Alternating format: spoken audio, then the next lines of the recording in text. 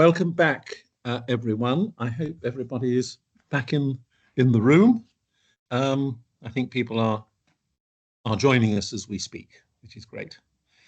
We're moving back to the agenda now to item 8 on the agenda, which is the performance and risk report for Q1, April to June. This is the item on the agenda which enables us regularly to review our financial position and performance against our corporate plan and corporate risk, which we are asked to discuss. And we're also asked to discuss and review the new risk which has been tabled.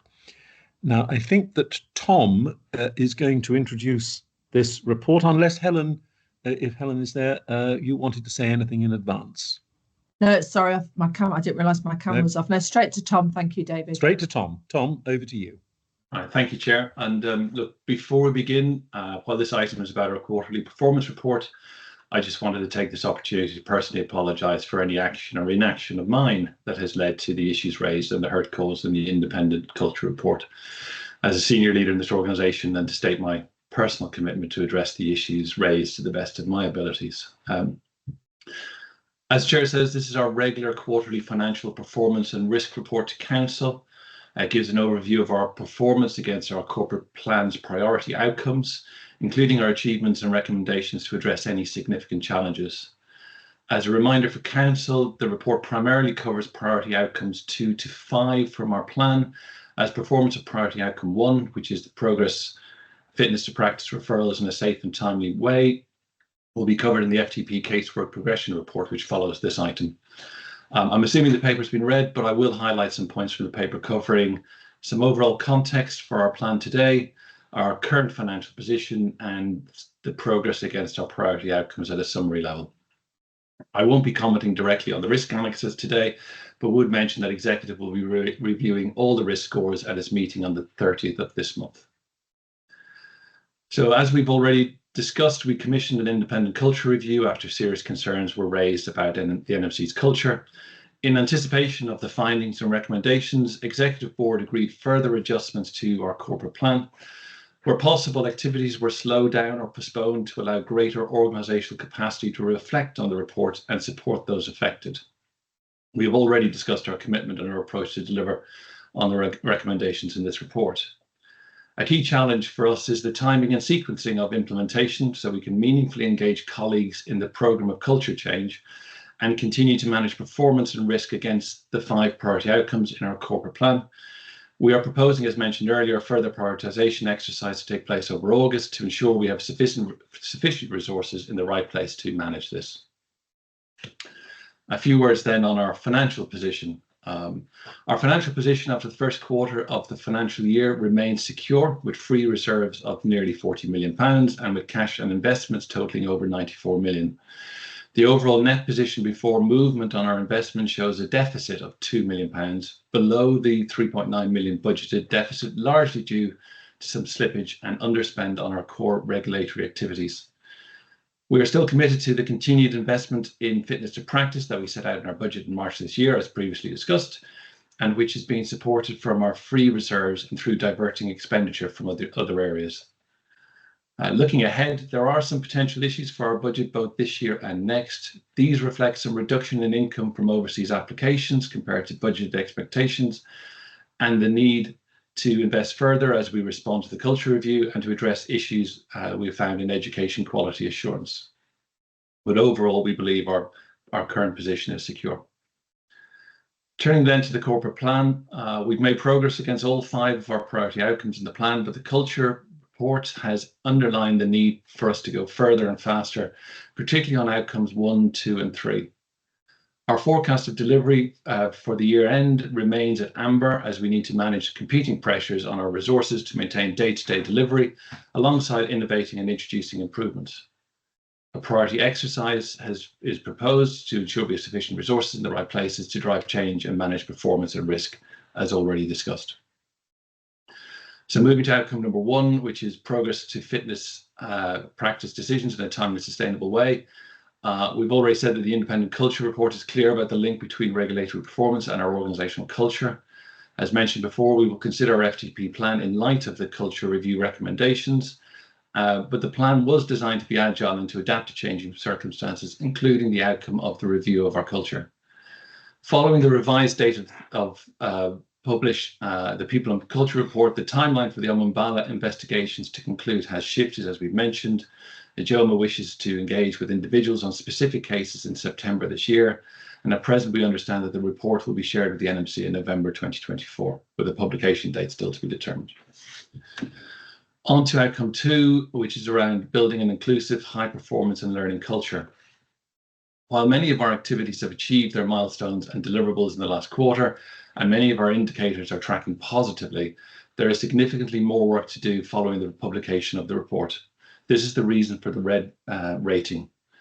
Positive steps have been taken in the delivery of key activities, particularly in the delivery of our Empower to Speak Up programme to support colleagues in raising concerns, with the Guardian appointed and 12 ambassadors being trained. This will support us to take action in response to concerns raised in the Independent Culture Report. We also have increased take-up of ambitious appraisals, work to develop a new competency framework, and action to improve the representation of Black and minority ethnic colleagues at level 6 and above, which will put us in a stronger position to take forward some of the recommendations in the Independent Culture Report. But we need to ensure leaders and managers across the organisation have the bandwidth to engage and play their parts in delivering culture change. There's also more to reflect on to support upcoming public inquiries, notably Thirlwall.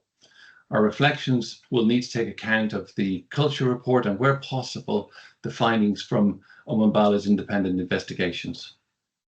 We also understand that the Professional Standards Authority is awaiting completion of these reports before confirming the outcome of their periodic review of the NMC. Moving then to outcome 3, modernising our internal systems, tools, policies and processes. We've made some conscious decisions in this space to slow some activities to enable us to pivot resources to other priorities.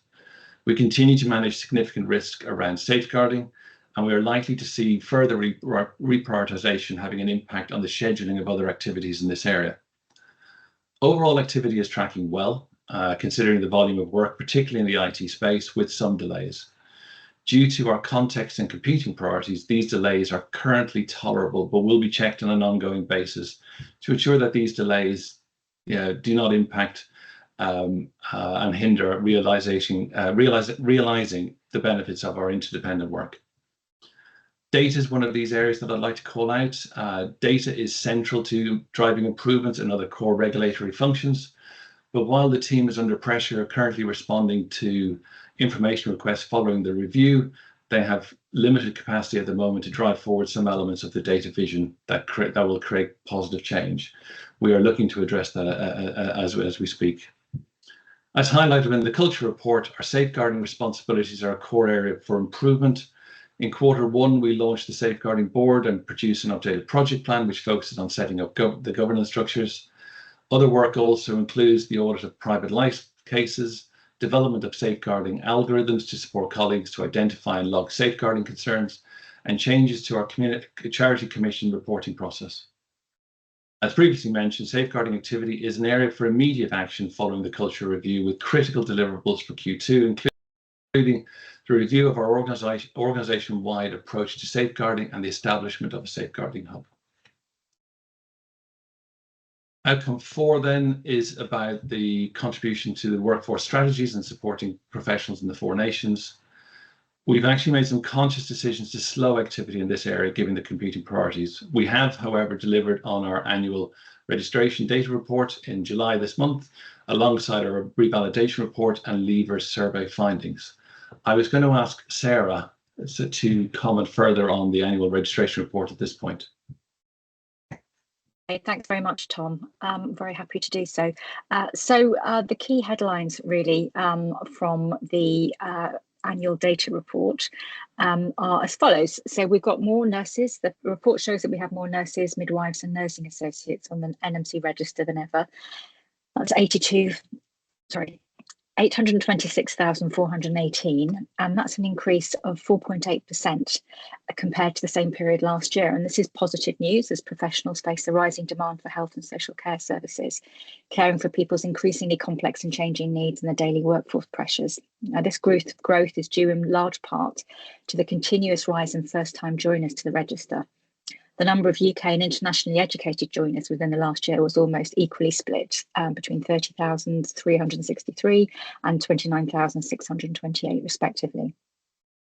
So the year-on-year growth is higher among international joiners, with that 29,628 being an increase of more than 18% compared to the previous year. And almost half of this year's new international joiners were educated in India. And we can continue to see proportional rises in first-time joiners from several red list countries from which active recruitment is not permitted. And we continue to use our influence to remind employers and agencies to follow the relevant codes of practice to help maintain ethical standards and to support global health equity.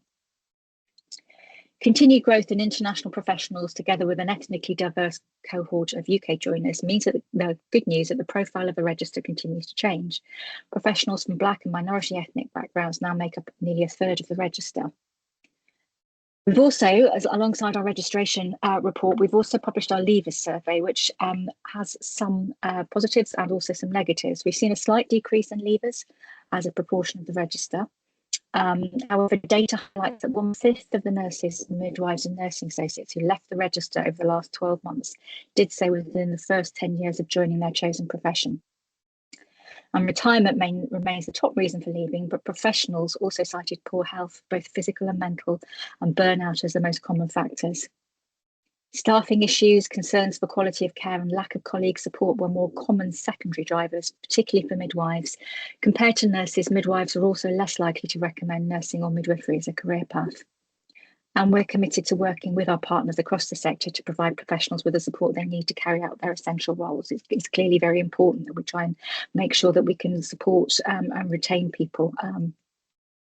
We hope our data can provide the insight that we need to support all those on our register and in the wider sector so they can provide the safe, effective, kind care the public has a right to expect.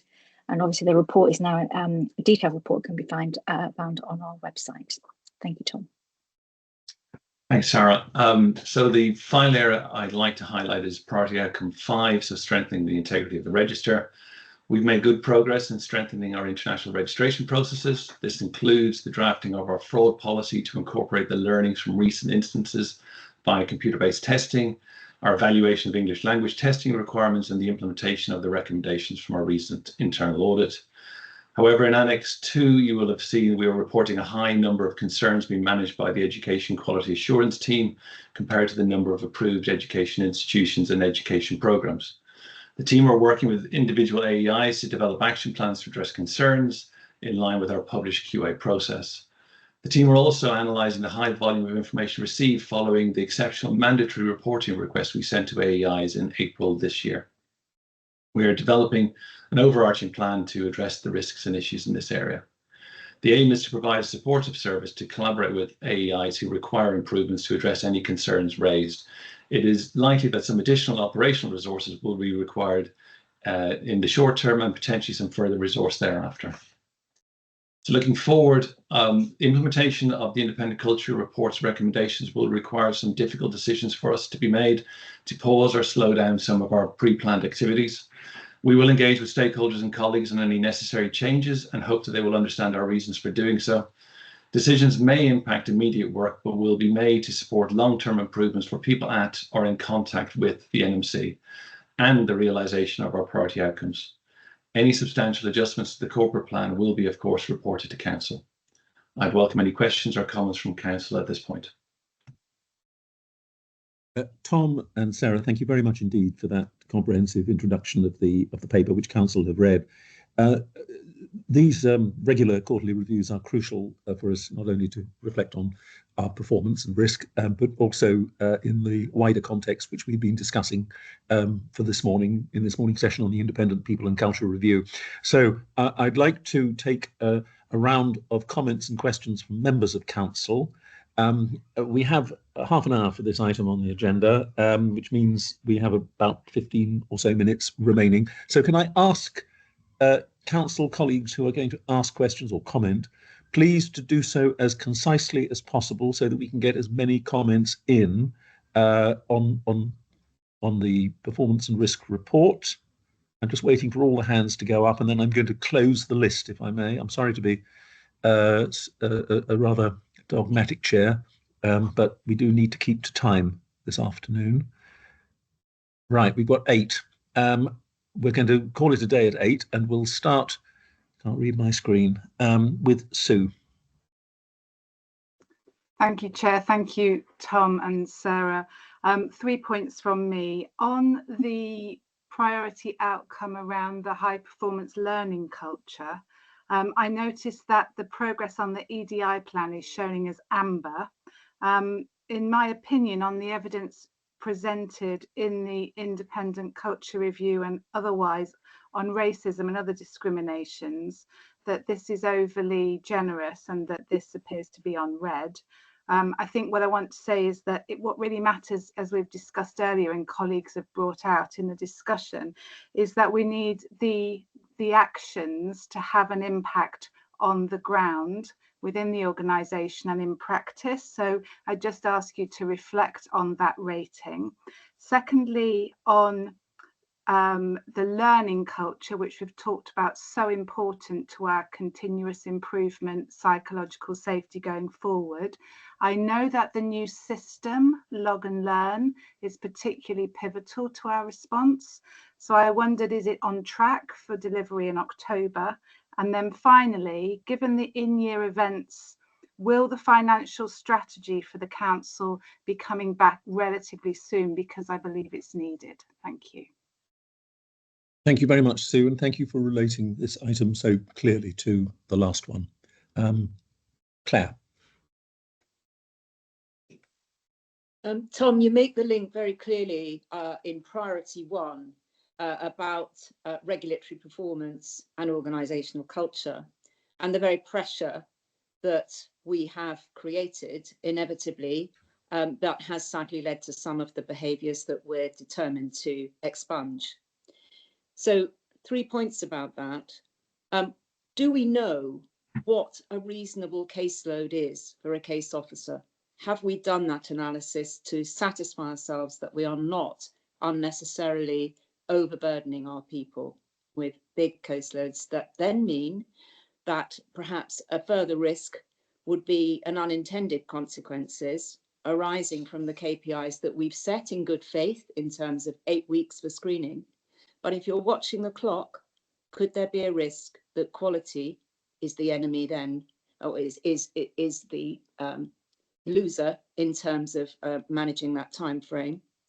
And finally, are we doing enough to address the concerns that are raised in our independently commissioned culture review of those officers, sometimes quite junior, who are reviewing category A, child pornography, or other pornographic images, which must be hugely stressful. And I'd like to understand that more and think about what we can do to support them further. Thank you.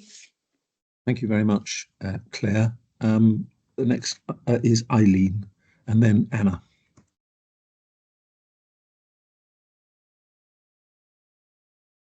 Thank you, Chair. So thank you, Tom and colleagues, for this comprehensive report. As Chair has said, this information coming to Council quarterly is absolutely key. And we look at this also outside of Open Council and through our committees. I'd like to ask, looking at areas 4 and 5 and the issue of education, the QA of education standards and the emerging issues that we have in our AEIs. And they're reflected within the dashboard, and thank you for that. But what are we doing to mitigate any material risk for the workforce across the 4 countries in this space? Thank you. Thanks, Eileen. Anna?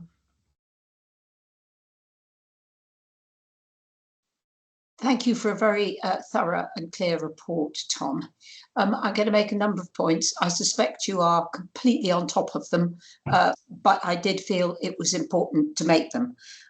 In relation to priority outcome 1, I think there is an important element which is missing, and that is the improvement of information to registrants who are caught up in our fitness to practice. I know that's on the executive team's radar screen, but I felt it was important enough to comment in this context. The second point I wanted to make relates to compilation of data, development of technology and resources, particularly for educational quality assurance. I understand absolutely why there is a major discussion to be had about what you delay and where resources go. This is the data, technology and educational quality are very important future issues for the council. So the council understanding what trade-off is being made on those, if that's the case, seems to me to be very important. And then finally, am I right in thinking that you are not now asking for any comments on the new risk in this paper? I did have a comment, but as I understand it, you're leaving the risks until later. Tom, do you want to just respond on that? Yeah, so on the final point, and I actually missed that out. So no, I would welcome feedback on that risk now. Right, well, very quickly, I can extremely quickly give you one. I think that in the light of the independent culture report, we need to look at a risk which actually broadens out to the report as a whole, and whether we are convincing our external stakeholders and our internal staff that we are really making the difference here. Your new risk felt to me a bit partial in the light of what's in the independent culture report. Thank you for giving me the opportunity to say that. Thank you, Anna. Lynn. My comments and questions link to Sarah's outlining of the data report on the register. I think it is, thank you very much, Sarah, for giving the overview of some of the data that was within that, and clearly it's good news that we've had an increase in registrants joining the register. One of the things that clearly you mentioned was about continuing issue of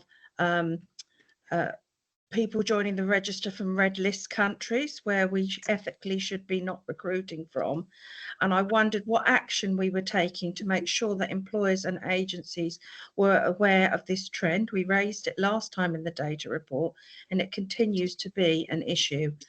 My second point on the data is that the most common reason for leaving the register, as we might expect, was retirement, but the second most common, as you outlined, was ill health. And of these, 62% indicated that was due to poor mental health. And 4 out of 5 of these cited poor mental health that their registrant role negatively contributed to. So I think what the NMC's activity is not in a silo on its own. What we're reporting here is something very significant around pressures on mental health issues within population that is impacting on workforce. And I just wanted to raise that, as clearly part of our role is to make sure that we support the wider workforce issues as well within the 4 countries. Thanks. Lynn, thank you very much. Rhiannon. Thank you. Thanks, Tom. A couple of general points and a couple of specifics. So you made reference to the importance of innovation and improvement. And to that end, I suppose my question is whether we're confident that we've got sufficient knowledge, skills and capability in that approach, because it's not necessarily something that people just come ready equipped with. So there's just something in that area for me. I think also, I think it was Sue made a point earlier, but it's that resource prioritization, because clearly that is a real tricky area, isn't it? Understandable why we've allocated resources in the way that we have, but actually that does potentially create risks in other areas. So I think a strategic conversation about resource allocation, and also to take some confidence that there is a prioritization tool that the exec would use in order to assess how they're thinking through those sort of prioritizations and risks. In terms of specifics, I was just curious to understand a bit more about the turnover of new starters within 6 months of joining, just whether we're on top of having an understanding as to why that specific, that's quite a tail on that graph. And to chime with Anna, so I think PE 024/05 risk, which is the new one, is okay in itself, but it's not sufficient, and there does need to be one that specifically addresses the risk around not delivering on the findings of the review. Thanks.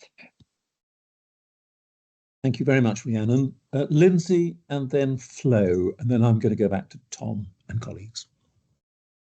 Thank you, David. My points are about how, in a way, how do we as council kind of get the information out of this that is going to help to give us those clear lines of sight around assurance. And for me, one of those things is about how we understand trends. And I know this is something that I've said before. So some of the data that we're given is kind of points in time. And just looking at PO2, priority outcome 2, where we're saying that a key achievement has been 91% in terms of ambitious appraisal completion. And that shows again in the at a point later in the dashboard. What that doesn't tell me is how much of an improvement that is. It doesn't tell me if it's been higher in the past and now it's gone down. I think I do know that, but it would be really helpful to be able to see that somehow depicted. And then similarly, in a more positive way, in a sense, picking this as another example, customer experience shows that we are green on all those elements. Now, I know that hasn't been the case in the past. So I know, just having been here for just over a year, that is an improvement on the position that we've had previously, but that isn't evident from the information that we're seeing there. And the reason I think that is important in part is that if we are getting some things right and we are improving in some areas, it's really helpful to understand that and to understand how we might take that learning in a positive way elsewhere. And just a very small further point is that I think it's really important that we're really clear about what our risks are and our issues in that section of the dashboard. And certainly again in priority outcome 2, we refer to an issue that we then describe as a risk. So I just think it would be really helpful to make sure that we have that clarity. Other points I was going to raise, Chair, have been raised by my colleagues. Thank you. Thank you very much, Lindsay. And finally, Flo. Thank you, David, and thank you, Tom. There's a few issues that have already been raised, so I won't pick those up. But in addition to those, if I could just ask you, Tom, a little bit about the sickness that for our staff since January is no surprise been showing a kind of steady 9% trend.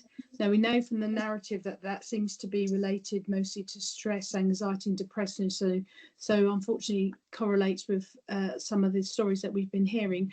But I wonder if there's anything that we can do around understanding where they're targeting to work, because we've got a lot of work to do. We've got over 1,200 employees. Is there specific things around targeted work, some flexible working arrangements, a different way around managing caseloads, and understanding whether that sickness is short-term or long-term, or if there's anything that we can do, recognising that some of our bigger change is going to take a little bit longer to help our staff, please.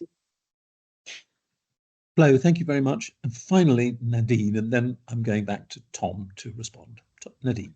Thank you, Chair. Just a really quick question based on those dashboards that we've been talking about, whether it relates to leavers, early leavers or sickness. I'm really interested in the demographics of our colleagues who are joining us and then leaving us early, who are Ofstic, I asked that in the context of the independent review and in the context of the high levels of racial discrimination that are described by our colleagues in that review.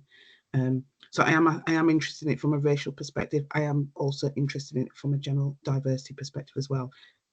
Thank you, Chair. Thank you very much, Nadine. Tom, I'm coming back to you now, and you will want, I think, to bring in other colleagues as you respond. I think there's a common theme among all those really valuable contributions from colleagues on council, which is, how we relate the kind of risk analysis and corporate analysis of our corporate performance, and we articulate that in specific reference to all the issues we've been talking about this morning in the context of the Independent People and Culture Review, because we do have to bring these two areas of work together in a way that gives council assurance that our risk assurance and analysis is supporting the work going on to change the culture of the organisation, particularly in the area of racism, which has been mentioned in a number of contexts, but in the broader context as well. Tom. Thank you, Chair, and thank you everybody for your questions. I will be sharing some of these with colleagues. Just cover off a couple of quick ones very at the beginning. Thanks for the feedback on the risk. I think the points are well made. We will take that back and consider. I think there's some further work for us to do in that space. So thank you for all the contributors to that.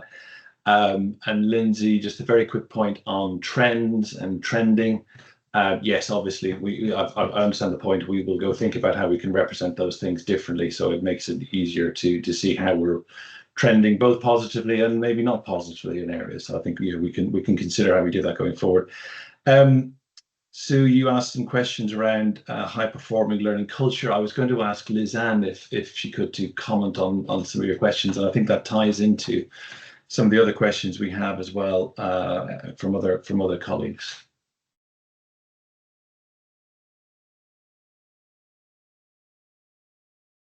You were on mute.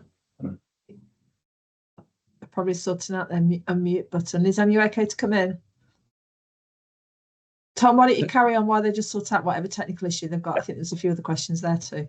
That's fine. I think then, Claire, you asked questions around what a reasonable caseload looks like for an officer.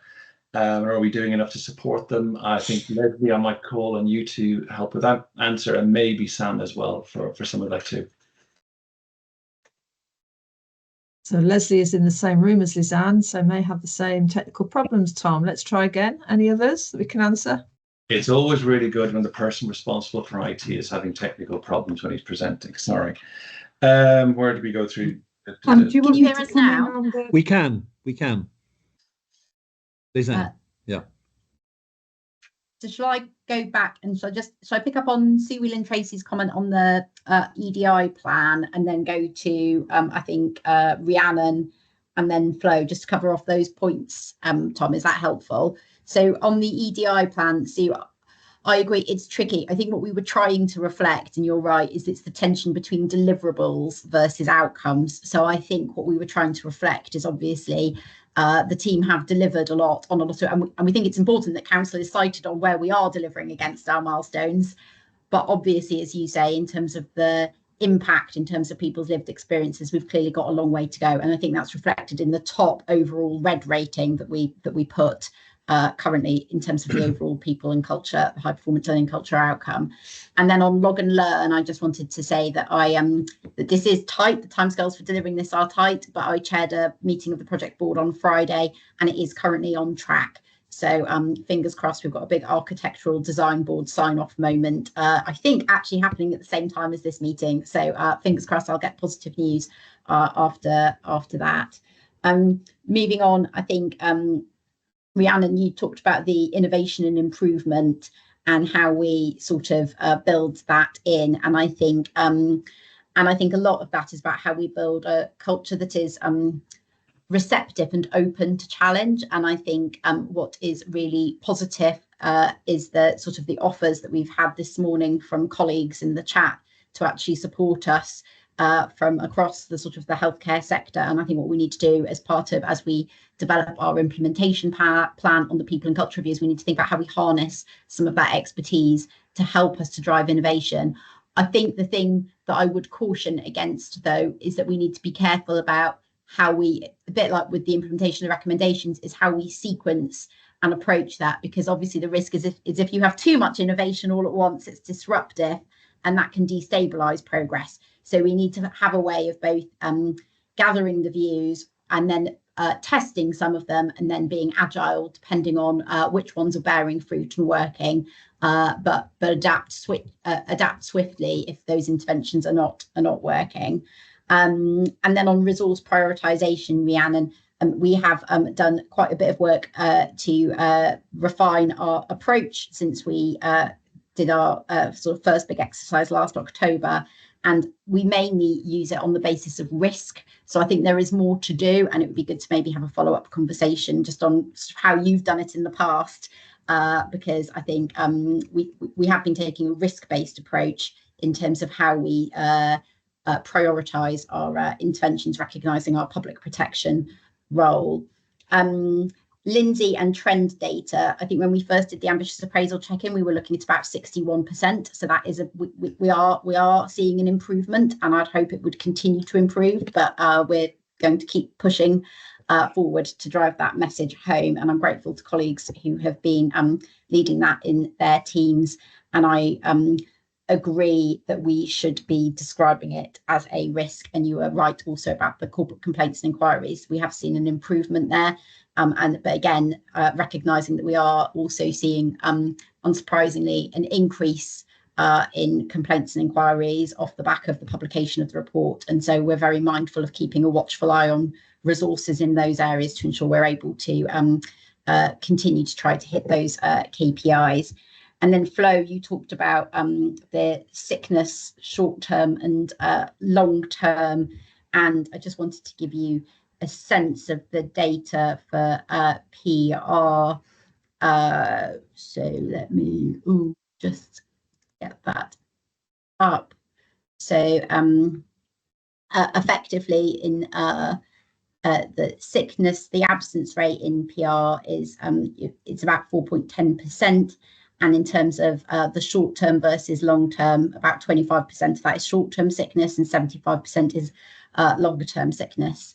And we've been doing quite a lot of work on mental health and stress and wellbeing activity to try to address some of that. And Nadine, you asked about the demographics, and we are able to break that down. So I think what I will do, because I've got lots of tables now in front of me, I've been pulling these up. What I will do is I will email you that information, but I'm happy to share it with others who would like to see it.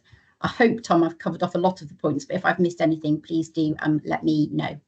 I think you've covered off most of them, Lizanne. I think just one of Sue, one of your last questions was around. Would you like to come to Leslie? Yes. Am I on mute?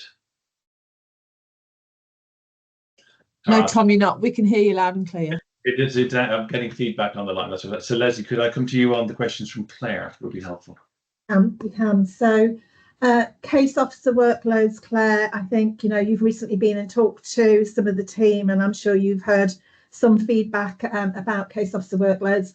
I think the challenge is all cases are not equal, and there's some work going on with some of our heads of to look at how we stream cases so they're kind of fairly distributed across the team, so that somebody doesn't end up with 10 very complex somebody's got 10 very easy kind of straightforward cases. So we're doing that to kind of balance it out. I think the fact that we've got unallocated queues in each of the areas is an indication that we're not forcing and trying to load people's caseloads up. There are an optimum point, and I think there's more work to be done on that. So there's some further development to be done on our workforce modelling that we put in place last year. And in fact, I think today the heads of are doing some work with Tim, who's been doing that for us. What's there anything more I wanted to say on that? Just to be really clear, we don't have a KPI of 8 weeks of screening. Ideally, we want to get to a position where the vast majority of screening cases at screening go through the process in 8 weeks. But the actual end-to-end process would be, about 15 months. I think, again, we need to look at our KPIs and metrics, because are they driving unnecessary stress? I know that particularly on our interim order metric, which I think we very rarely achieve, that drives, I think, some of the wrong behaviours. So I had an issue raised with me just in the last week where registrants got very late notice of interim order hearings, and their employer wasn't able to put the right wraparound support in place for them. So I think we need to kind of come back at that one and have a really good look at it. It's really important we protect the public, but not at the cost to our people and the registrants in the process as well. So I think we do need to have a really hard look at that. And I think your other question was about the kind of issues that some, at all levels, quite disturbing casework is at all parts of the process. And I think in feedback, we have tested decompression with the specialist services team, the high profile team. They tend to get exposed to that sort of material more frequently. That offering's proved really, really helpful to people, and quite often a short intervention has really made a difference in terms of helping them from a wellbeing and mental health perspective. So as part of our commitment post-review, we will offer decompression to everybody that needs it, but we will put in a triage service to make sure we're using that service in the right way at the right time. Thanks, Leslie. The next question, Eileen, you had a number of questions around education QA emerging issues. Sam, would you be happy to respond to those? Sure. I wanted to add on a little bit more in terms of the safeguarding hub and Claire's question. I think you'll agree, Claire, it's wholly inappropriate that junior people are exposed to distressing safeguarding concerns, and that's one of the reasons why we want to put a safeguarding hub right at the front end.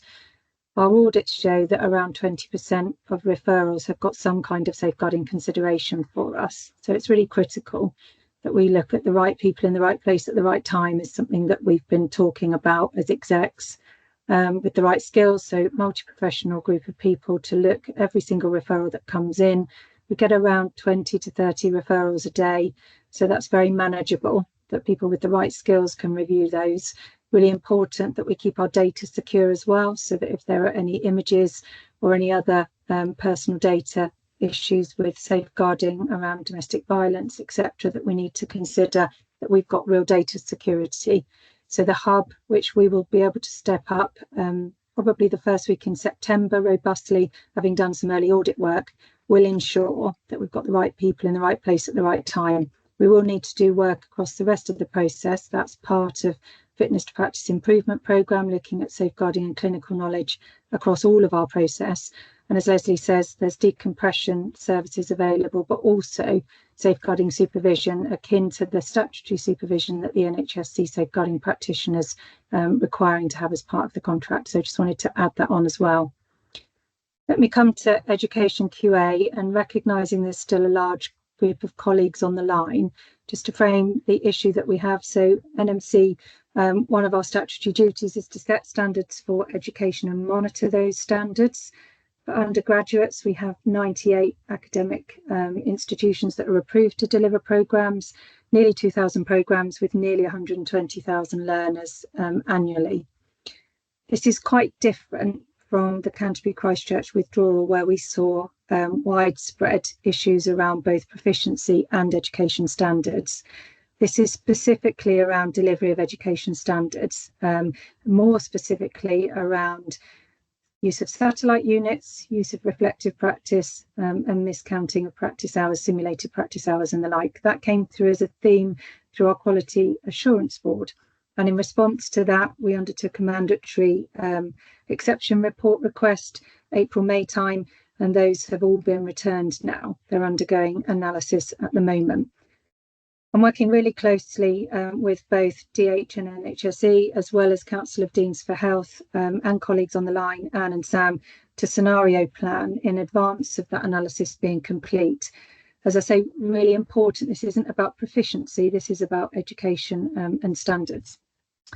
So in terms of mitigating across the 4 countries, what's come through very loud and clear is that organisations are already mitigating. So as they filled in their exception reports, several institutions have flagged to us that they needed to mitigate. And that's the close working with employers, NHSE, and there's one very large teaching trust that are at the moment extending their undergraduate programme by a period of around 8 weeks. And all of those individual learners are going into their first destination registrant job to complete their supervision in practice. So that's one example. There have been others that have been reported in the trade press, but Council of Deans have been very keen to share with us that mitigation is live and ongoing at this moment. So we will complete that phase 2 analysis by the end of this month. Anne and I are meeting with Council of Deans again. I think it's Friday. I'm meeting with University Association of Deans tomorrow. We're working very closely. The risk is very much to the well-being of students. We know how distressing it was when we withdrew the programme at Canterbury. So we are working collectively to ensure that that workforce pipeline is mitigated and that all colleagues are aware of what needs to be done in terms of practice hours. So very key piece of work to ensure integrity of the register. It's also very closely aligned to the work that we're doing around practice learning following exit to the EU. So I'll give you assurance that mitigation's live and in place, complete the analysis end of July, working very closely with colleagues to ensure that students remain at the centre and that they're well informed of what's happening with their programmes, and we'll take a very proportionate and pragmatic risk-based approach to this. Thanks, Sam. I'm conscious of time. There's a couple of questions we haven't got to yet. Lynn, you asked questions on the data report. Sarah, I was wondering if you wanted to just comment on that briefly. Yes, very briefly, Lynn, it's a very live issue, the whole issue of ethical recruitment. We continue to share our data with employers and on our other stakeholder partners. There is some evidence that although these are voluntary codes, that the Department of Health, certainly in England and in other jurisdictions in the UK, are starting to see some kind of naming and shaming happening. So there is some action being taken, I think, against employers and recruiters. And we're also using our data to help inform the World Health Organization's review of its own ethical code, which our ethical codes are based on. And we're sharing our data, and we're able to demonstrate, where people are coming from, still coming onto the register. So those are the actions that we're taking at the moment. But we constantly think about, well, what else could we be doing? Conscious that we haven't really got any regulatory levers, but we can use our influence in our data. Thanks, Sarah. Then there was 2 last things. Sue, you asked about when we might bring a first view of the financial strategy. I think we can probably do that when we bring our response to the Independent Culture Report. I think that's the 24th of September. Anna, you asked a question around we're currently prioritising, and but we've got some very big long-term things here that would really bring benefit. We're very, very focused on those things. So education QA, as Sam's already talked about. And I'm very personally interested in data and technology.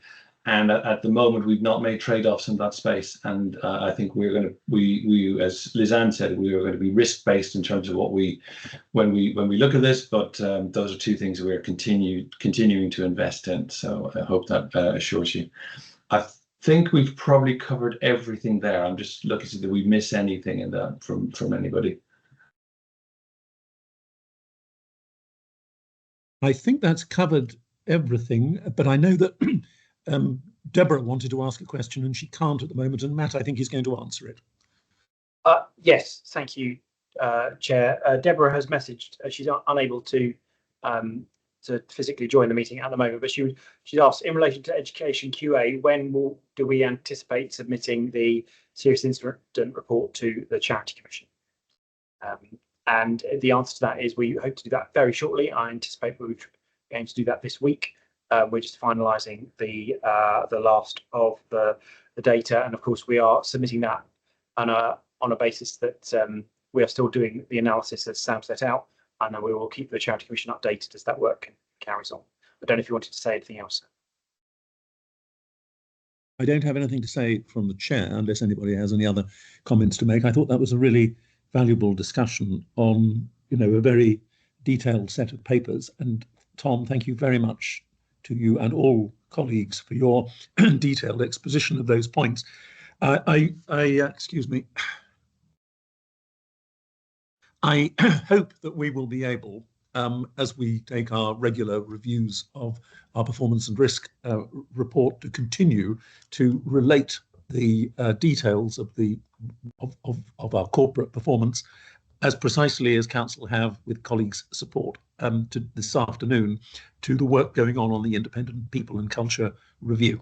I was really grateful for the way in which the questions dovetailed with our morning discussion, particularly in the areas identified in the review relating to racism. But there are other areas as well that are under scrutiny. Getting our risk assessments right is crucial to the way in which we process all the work that needs to be done in response to the review. And I'm grateful to all colleagues for the way in which this item has been presented. I don't think there are any other points I want to make at this point. So thank you to everybody. Thank you, Tom. Thank you, and colleagues, for all your presentations. Let's move to item 9, which is the review of fitness to practice and update on progress in casework, which Leslie is going to introduce. We've got the dashboard and the detailed paper. Leslie.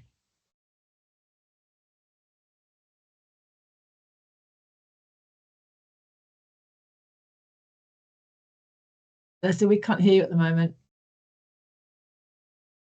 I think there's an issue on the 6th floor. Can you hear me now? We can. Right. Thank you. So I'll present our usual update on fitness to practice performance and progress against the plan. As we've discussed already this morning, we'll be reviewing the plan again in coming weeks with our people and key stakeholders, and working out how we accommodate the work that we need to do on people and culture alongside the delivery of the plan. And as you've heard from David this morning, we'll be getting some further external scrutiny to determine what we need to change in terms of any resourcing, timeframes, priorities, or even opportunities to do things differently. As part of that, we'll identify what actions we need to address the issues that the review highlights, so that we can make the cultural change that we need to see. The progress that we've made against the FTP plan, which was only just in place from the beginning of April.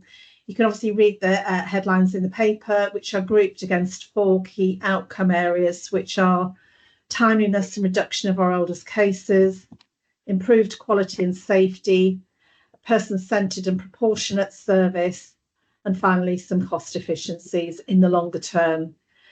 Recognising the scale of improvement that's needed on fitness to practice, there are 7 key strands of work. Council will be familiar with that, but I'm conscious that some observers today will not be so. The different work strands are owned, some by me and some by my colleagues, my other exec directors. So Sam Foster, Exec Director of Professional Practice, for example, owns a very key work stream 1. The Exec Director of Strategy and Insight is leading another, and Lisanne and Ruth were previously leading one, which was all about recruitment and improvements there, which is in the main actually one of the work streams we've closed and has been delivered.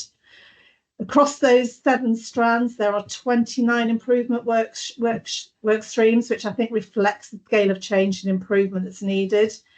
In addition, and outside that plan, there are further activities looking at improvements to our data, which is an area of weakness for us, and replacing our aged case management system, again, which has significant limitations in terms of driving the operation, but also ability to be able to report on some aspects of our caseload. Yeah, we are particularly focused on improving our timeliness screening, which is where the bulk of our caseload sits. Some of our investment has been spent on additional screening decision makers and case officer roles. Since April, we've made offers to 15 candidates for screening case officer roles, some of which were additional roles and some of which were roles which became vacant due to promotions or other reasons. Of those 15, 7 have either turned down the role at offer stage, usually due to salary, or left left shortly after joining us, and that's been due to them securing permanent and longer term contracts elsewhere. We're working to address those retention points and offering roles as permanent in line with the RISE recommendations. The other 8 joined us and have remained with us since the 1st of April. We're still onboarding new screening colleagues. It does take time for them to get up to speed, and it also means that more experienced colleagues are investing their time in training rather than full casework progression. The investigations team, as you can see, have seen notable turnover, and some of this has been driven by staff moving into some of the additional roles that we created. So they were promotion and development opportunities. There's ongoing recruitment to backfill those vacancies, and more experienced team members again in this team are investing time on onboarding and supporting new recruits so they can, be as best as they can once they go live with casework. The impact of those staffing challenges in screen investigations has been lower outputs in June. We expect an improvement in screen decision levels from September onwards and in investigations later in the autumn. Clearly, the impact of the people and culture review has meant that things have slowed down in kind of recent weeks, and we have been really keen that people have been given the time to read the report, talk about the report, have team meetings, and seek whatever support they need.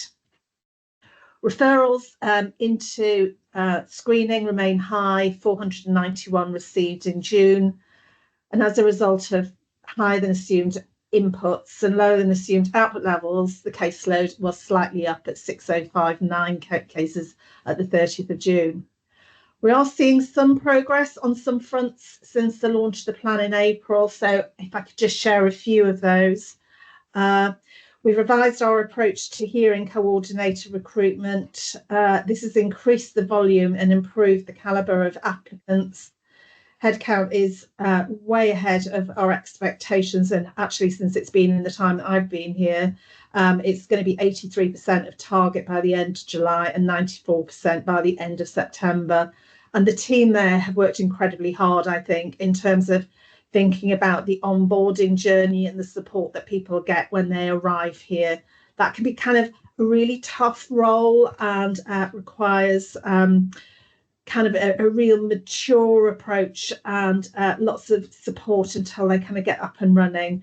And that is really enabled, I think, by our move towards more hearings, and we've had positive engagement with key stakeholders, including panel members, council members and senior lawyers on our approach to increasing physical hearings to 50%, which is our plan for early on next year. In screening, I talked earlier about the unallocated pot, and at the 12th of April, the unallocated pot stood at 949. Of those original 949 cases, only 311 of those cases remain, so we've put 638 of those cases on desk with the additional resource. There's more other positive signs on the plan delivery, but I'm kind of restricted with time and really conscious that I want to leave some time for questions. I'd like to address an action noted at Council in May. This was to provide an update on the scorecard for the plan. We've been developing a scorecard over recent months, which we can use to track progress against the plan. So we've developed a new reporting approach to support fitness to practice EB and to provide appropriate oversight of the plan. So we've got a whole range of metrics, a whole set of different levels.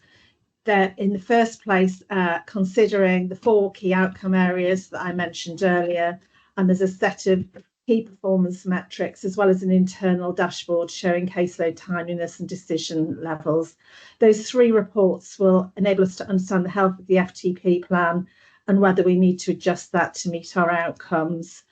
I think we had a run through of the dashboard and the new approach with 2 of our council members earlier on this week, and we will be running through that in more detail at our EB FTP, which is tomorrow.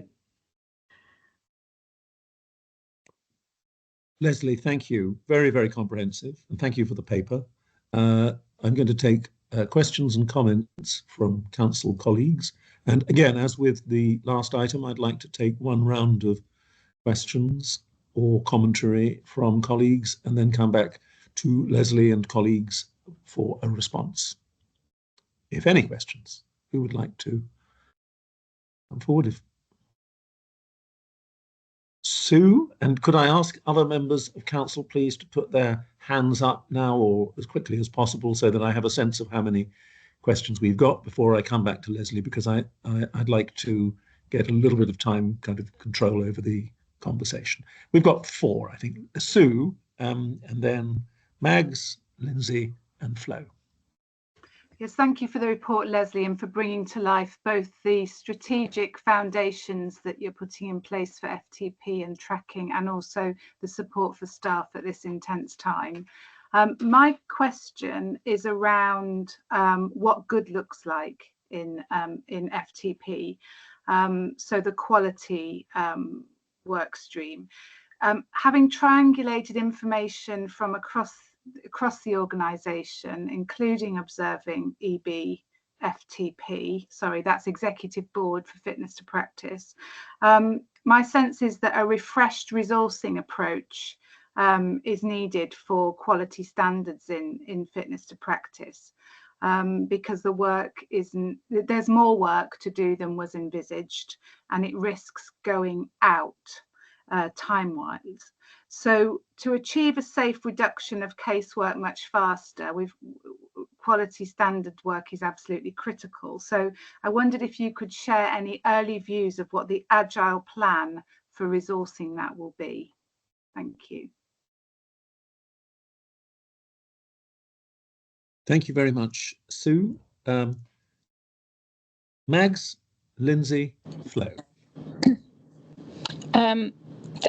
Thanks, Chair, and thanks for this paper, Leslie. As Sue has said, very comprehensive and is very helpful. I have a couple of questions. One, first one I think you alluded to, but we've talked in our discussions before about the importance of the working with the referrers, be it NHS, non-NHS, or indeed patients and families, and the way in which we can hopefully have a sharper referral process. And I know you've mentioned it in one of the work streams, but I'm sort of keen that we really keep a very firm focus on it, because I think by working there it'll help us a little bit. So that was the first thing. The second one was looking at our in terms of the improvement of the quality, the identified contact person or lead for each registrant that's being referred. And I wonder just where we are with that in terms of timelines and how we're going to, I know it's like boiling the ocean, but it's probably for our registrants really important to know where they're going there. And finally, and it's in your charts, which is a table of caseload broken down by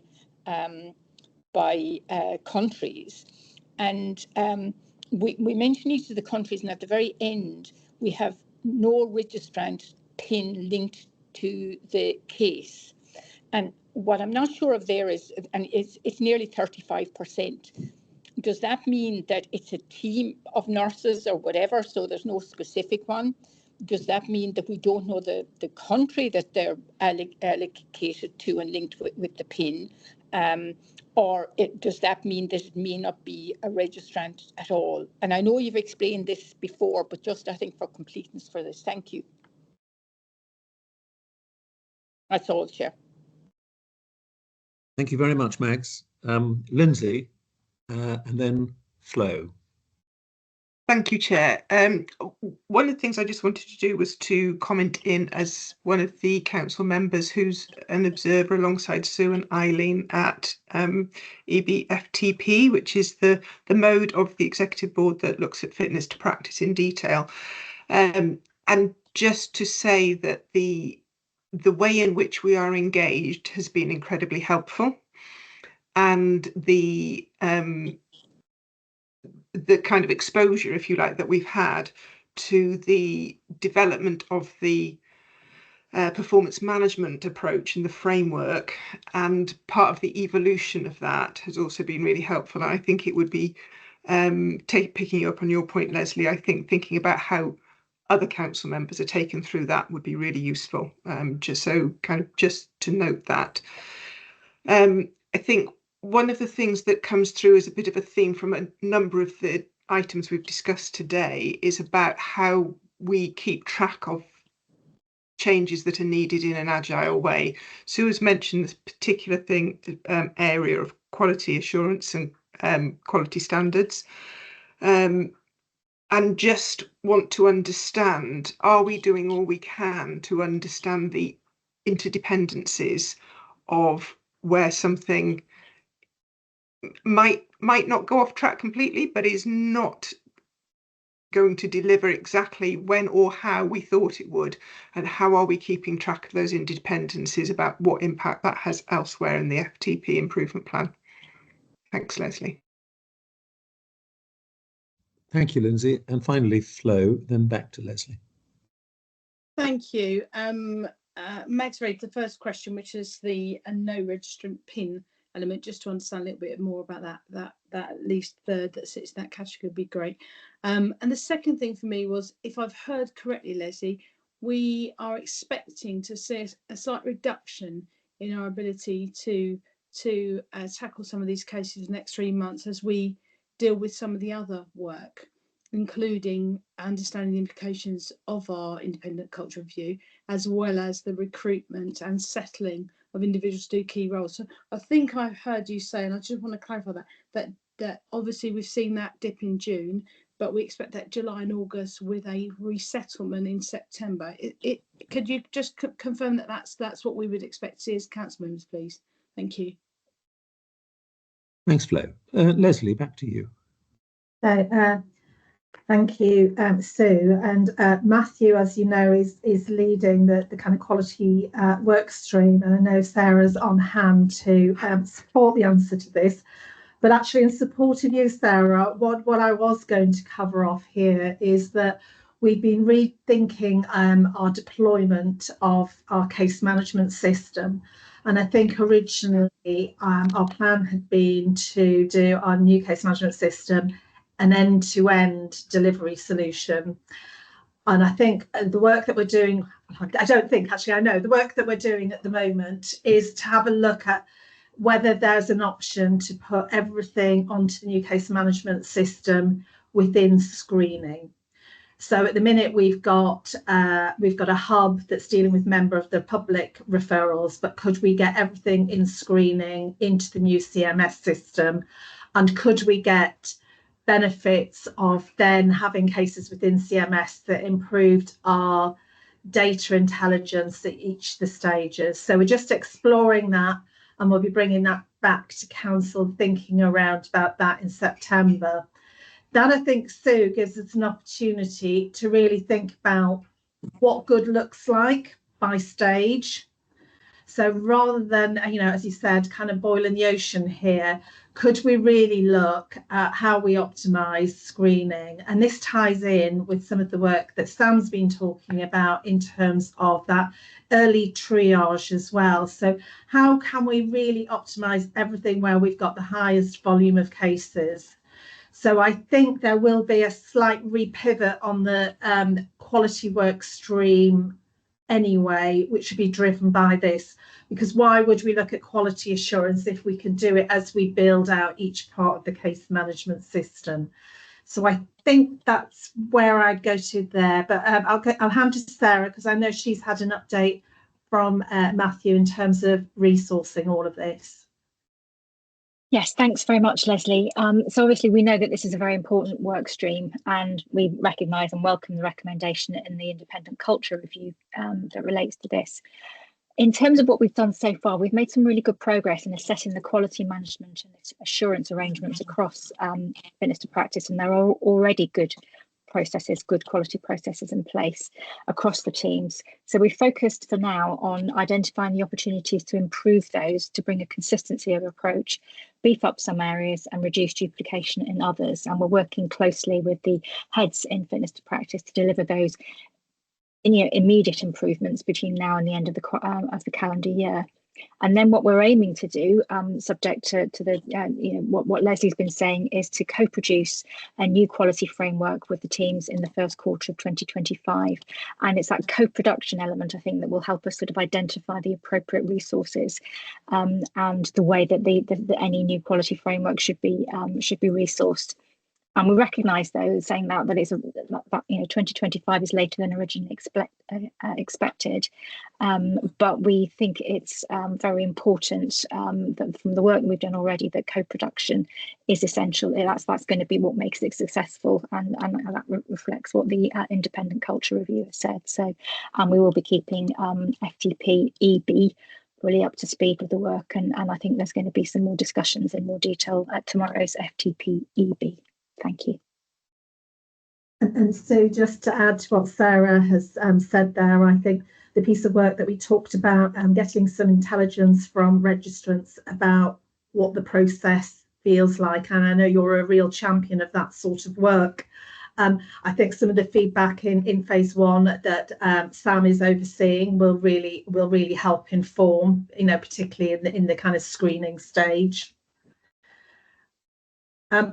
I think, Mags, your question around the importance of, sharpening up the referral process. I'm going to bring Sam in here. Sam, as part of Workstream 1 of her team has done some most excellent work here, and that's coming to Exec Board Fitness to Practice tomorrow with a whole set of options for us to have a look at what we could do here. But Sam, I don't know if you want to give a brief overview of the work there. Yeah, I can do it in a couple of moments, probably the best way. So building on the triage concept, the audit work that we've done, we've got both evidence of high closure rates due to referrals that don't meet the threshold that could be better managed in appropriate local processes.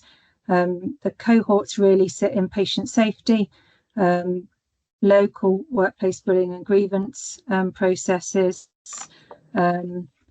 safeguarding, and as we know as well, there is a significant proportion of referrals made that have a discriminatory nature to them. So tomorrow we are going to hear about the impact that the triage and the working with employers could have on reducing the inappropriate referrals that are coming through to the NMC. Real appetite from employers to work closely with us to really strengthen their handling of local processes. You'll hear next or later on in the agenda from the Employer Link Service. We've got very good coverage in the NHS. We've got some coverage in the independent sector. We need to get better coverage in the agency and social care sector, but we think there's a potential for really high impact outcomes from having a different approach at triaging and working, again, right people, right place at the right time, and really managing in line with where the sector has come in terms of managing patient safety predominantly as well. So looking forward to piloting that, and huge appetite, as I say, in the sector from employers to pilot different approaches to handling concerns that are raised about nurses, midwives and nursing associates in a timely way, robustly together. Also making sure that the PSA are comfortable with the work that we're doing, but it's akin to some of the work that the GMC already do. Great, thank you, Sam, and we're looking forward to that session tomorrow. I think the next question was about a kind of dedicated single point of contact for going through fitness to practice. As you know, at the moment, the process is organised in a linear way, so that makes it quite difficult to have a single case owner. We had intended to do a transformational change to move to a model of single case owner with our new case management system. When we looked at our capacity for change and our readiness for change, we made the decision late last year that we would postpone moving to a single case owner, but we will be working more closely with teams as part of the quality framework to make sure that everybody, registrant going through, all the witnesses going through and the employers are really clear on who owns the case at any given point. And the no pin, yeah, I think I get this question probably about every 3 months or every time some new members join council. So This is cases that have arrived with us that at this point in time there is not a registrant on our register that we've been able to identify. So it might be a case that we've looked at screening, that we're working through with screening to try and identify a registrant. We may discover that it's not a registrant and it's not a complaint for us in this process. And no, we don't at this point know what country they're from. So this is something around the quality of the referrals coming in. We did have a conversation with the PSA about whether there was more opportunity to kind of push back and, you know, say that we've been able to identify the registrant. But they feel for all sorts of reasons that, you know, we have to do our best to investigate and establish who a registrant is that is being referred. So that's where we've got to on that one. Lindsay, I think, thank you for the feedback on the framework. It's work in progress. I think you'll still see that there are some gaps in terms of the data that we can produce for the metrics and the things that we think is important to measure. I think we are going to have to increasingly look at the plan in an agile way, because how do we optimise our opportunities to make some of the work streams more rounded and tackle some of the people and culture challenges that we've got, but in a holistic way. So I think that's going to be absolutely critical. And a key example there that we've just seen is the quality assurance framework, and where we're thinking about with the case management system, you know, the two tie up intrinsically. So I think it's going to be really important, and the role of having a proper programme director there, I mean, that has yielded huge benefits for us. So, but there's a lot to tie back together. Flo, I think your question was around how long is it going to take to settle? We need to give our people the space here for them to come to terms with the report, talk to their managers and work with us. This has to be co-production in terms of solutions. This cannot be a group of senior managers going off in a room and saying, this is what we're going to do to fix the culture. So we are going to need to give our people space. How much is it going to slow us down? I really can't say at the moment. We've looked at some various estimates. It's really difficult to say. What we do know is from the people that we brought in screening that, you know, despite what we may lose, we should be able to gain in terms of some productivity, but we'll just need to keep it really closely under review.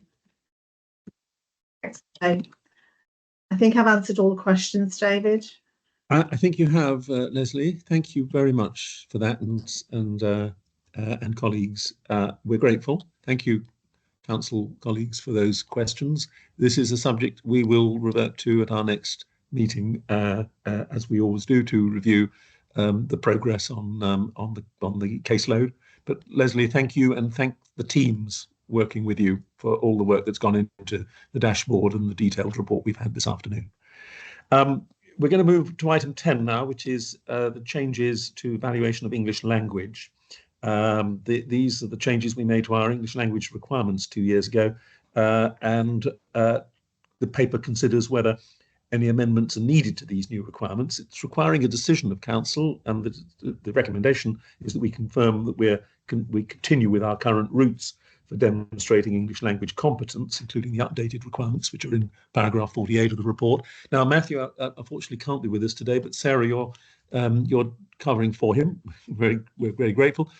We've read the paper, so I'd be grateful if you could give us the briefest of introductions and see whether there are any questions from Council or commentary that you could respond to, Sarah. Yes, absolutely. Well, I will keep it very brief. I think there's three anticipated benefits that we hope that these changes would bring in. And just as a reminder, there were three changes. We extended the period for combining English language test scores from 6 to 12 months, and we standardised the minimum test scores we would accept when combining test scores. But the most significant change we introduced was to accept employers' evidence of language competence, which we call SIFE.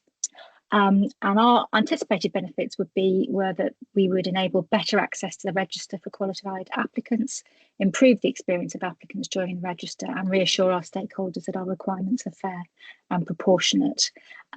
We've done a lot of work to take act to realise those benefits, and I think it's fair to say that from a cautious perspective, it looks like that we are beginning to realise those benefits. We carried out some evaluation and focus groups with employers, applicants, to find out what their experience of SIFE was. And what we've seen so far is that people are very positive about the introduction, particularly of the employer references. We've seen an increase in people being able to come onto the register. So better access to the register for qualified applicants is definitely something. There is a degree of positivity from employers and applicants about the process. They certainly have an improved experience. We've done quite a lot of work in terms of putting information out there and providing support to people, to applicants and employers. And we've been quite responsive to the feedback that we've had from our partners in implementation. So I think we are cautiously optimistic that things have gone well and that we're realising those objectives. The challenge for us, I think, has been that in order to deliver some of these changes quickly, we introduced a paper form or a manual form of SIFE back in February, and then introduced an electronic version in May. And I think it's fair to say that the introduction of the manual process has caused quite a lot of complaints and issues and lots of calls to our contact centre, really. So there's been a huge increase in English language calls between 1st of February last year and the 31st of March this year. And we're actively working with colleagues in that area to try and reduce that and improve people's experience of SIFE and getting and using it to get onto the register. So I think the positives are that the introduction of SIFE has reduced barriers to getting onto the register. We've heard words such as, life-changing, helping people to fulfil their dreams and career aspirations, which is absolutely excellent. I think there's more that some of our partners would like us to do to support employers, because we've identified that supportive employers can be key to helping applicants complete the process. Some employers have been brilliant. They've developed their own internal processes, and some employers less so. So we are needing to, we are continuing to work with employers and identify how we can overcome some of those obstacles. So our recommendation really to you, Council, is that these changes should continue, and we're hoping that you will agree with that. We did back in September 2022 undertake to do some additional policy analysis on postgraduate qualifications and whether they should be accepted as language evidence. And we have concluded that the risks and operational impact of introducing that change would be disproportionate to any benefits that it might bring, largely because it would be very hard to keep that up to date, and very few qualifications necessarily provide all the supporting evidence that we would be looking for. So we don't feel that would be worth it.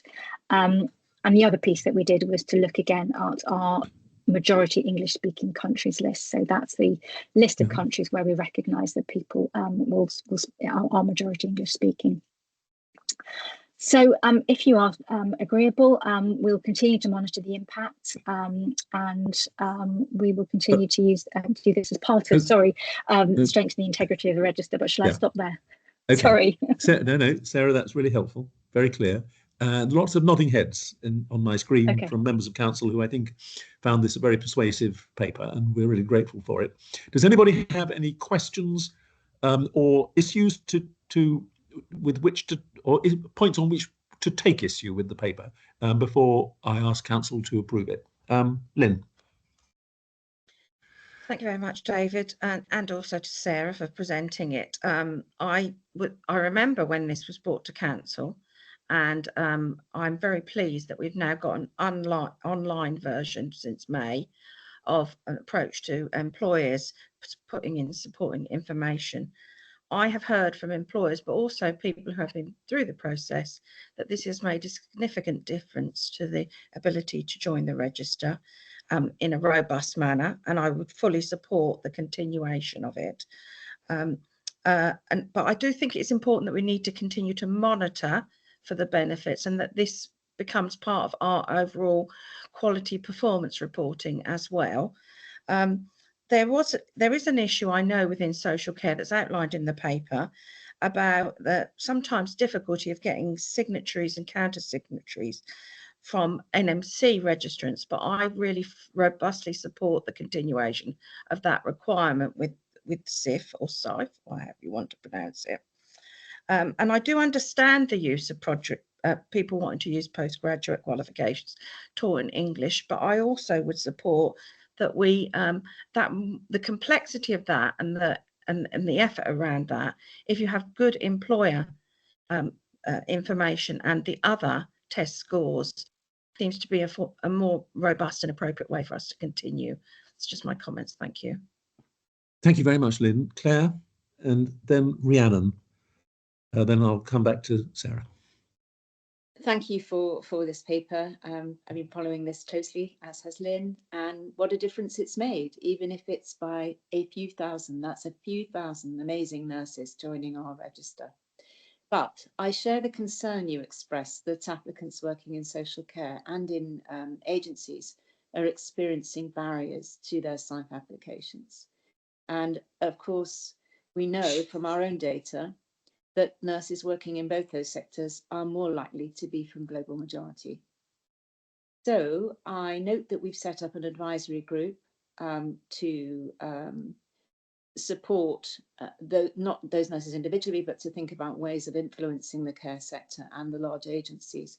Can I just ask, does this group have a majority of representatives from global majority who are perhaps more likely to be able to truly understand and identify with the barriers these applicants are facing? Thank you. Thanks, Claire. Rhiannon. Thank you. Really positive paper, and really good to see, I guess, some cautious confidence in terms of the experience. So I just want to make that point. It's a specific point or question, really, just to clarify my understanding. So the contact centre calls has gone up exponentially, hasn't it, this year compared to last year? And I think you referenced that being down to the manual process previously.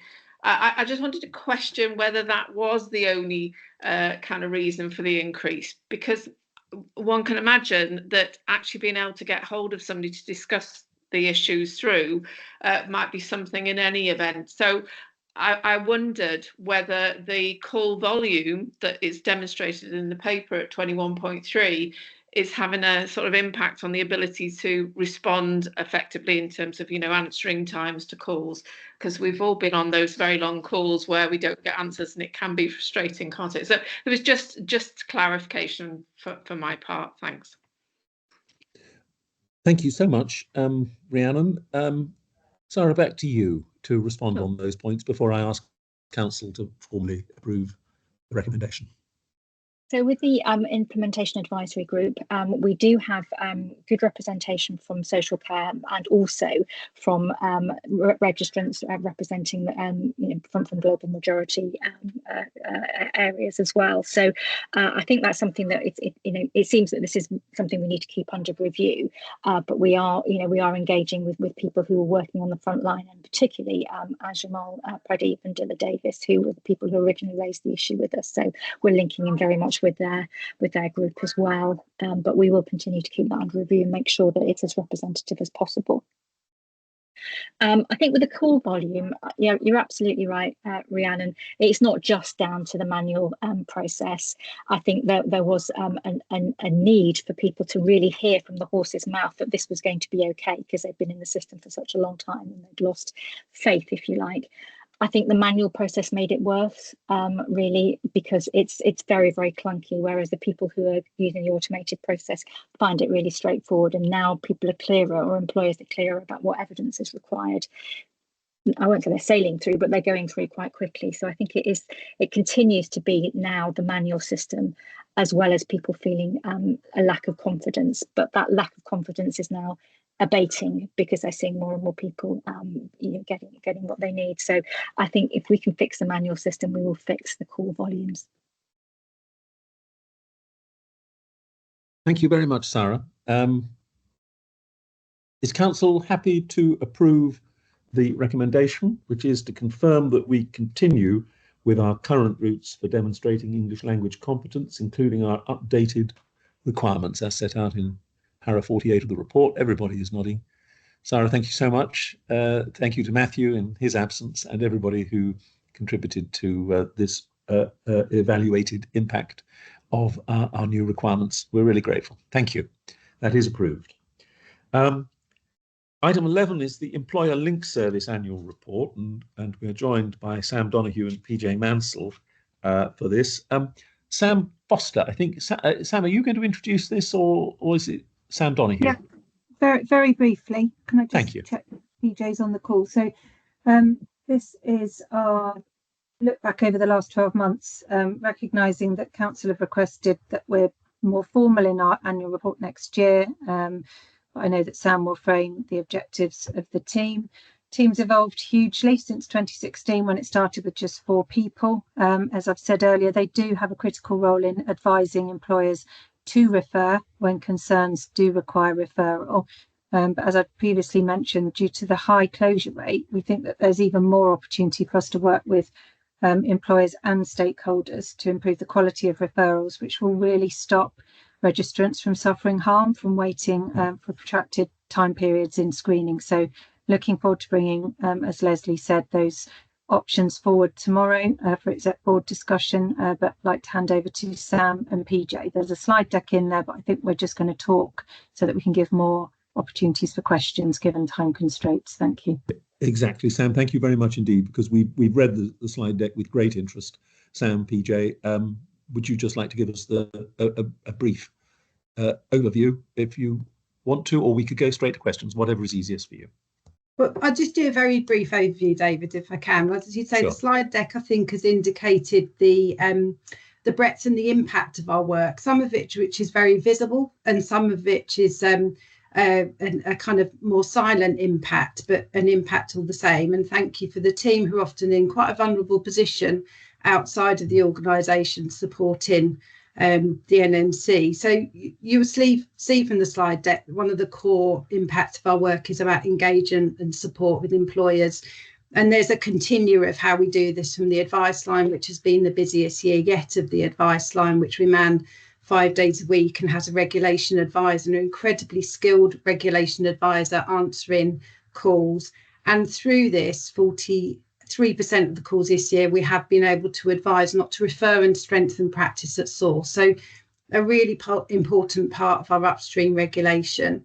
We've got an urgent, emerging and real ambition to increase our reach into the more vulnerable sectors, so social care, the independent sector and the agency sector. And we have this year moved a regulation advisor specifically to support the independent social care sector, with the view to increase our number of advisors so that we can work with existing national and regional platforms. So in England, every region now has a social care advisory council, so working with those, with the other countries, to see how we can strengthen practice at source and support our professionals in these really important sectors. We do a lot of wider work around upstream regulation engagement. We've just talked about the SIF process. We've had Ajimo and Dilla into the team to talk about how we can bring their learning to employers. We work with the Scotland Nursing Midwifery Task Force to talk about supply. I've personally supported Scotland and Wales in developing their ideas about the nursing associate or band 4 role. And we've worked with the ICB chief nurses in England this year, starting a big stream of work in each region and also nationally about how can we talk to them, for them, what can they do about disparity of referrals and member of the public referrals. So the engagement is really taking a foot, and we've done some specialist work with the armed forces as well, who've got unique and also emerging challenges with their professionals. We've done a lot of work in supporting students' placements and using some of our regulatory functions and relationships to support pan-regulator conversations about the stress and increasing tension that we've got on placements and workforce supply. And you'll see in the pack that we did actually invoke the Emerging Concerns Protocol twice this year to have a regulatory review panel where we bring all regulators, system and professional together on the back of student intelligence to specifically explore what can we do to support challenged areas. So if I pause there, David, to have more time for questions, if that's okay. Yes, of course, Sam. Thank you very much indeed. We are time constrained. We have around 10 minutes for questions and answers. So can I ask members of council, please, to raise their hands if they want to question or comment, and then I'm going to come back to Sam, PJ, and Sam to respond.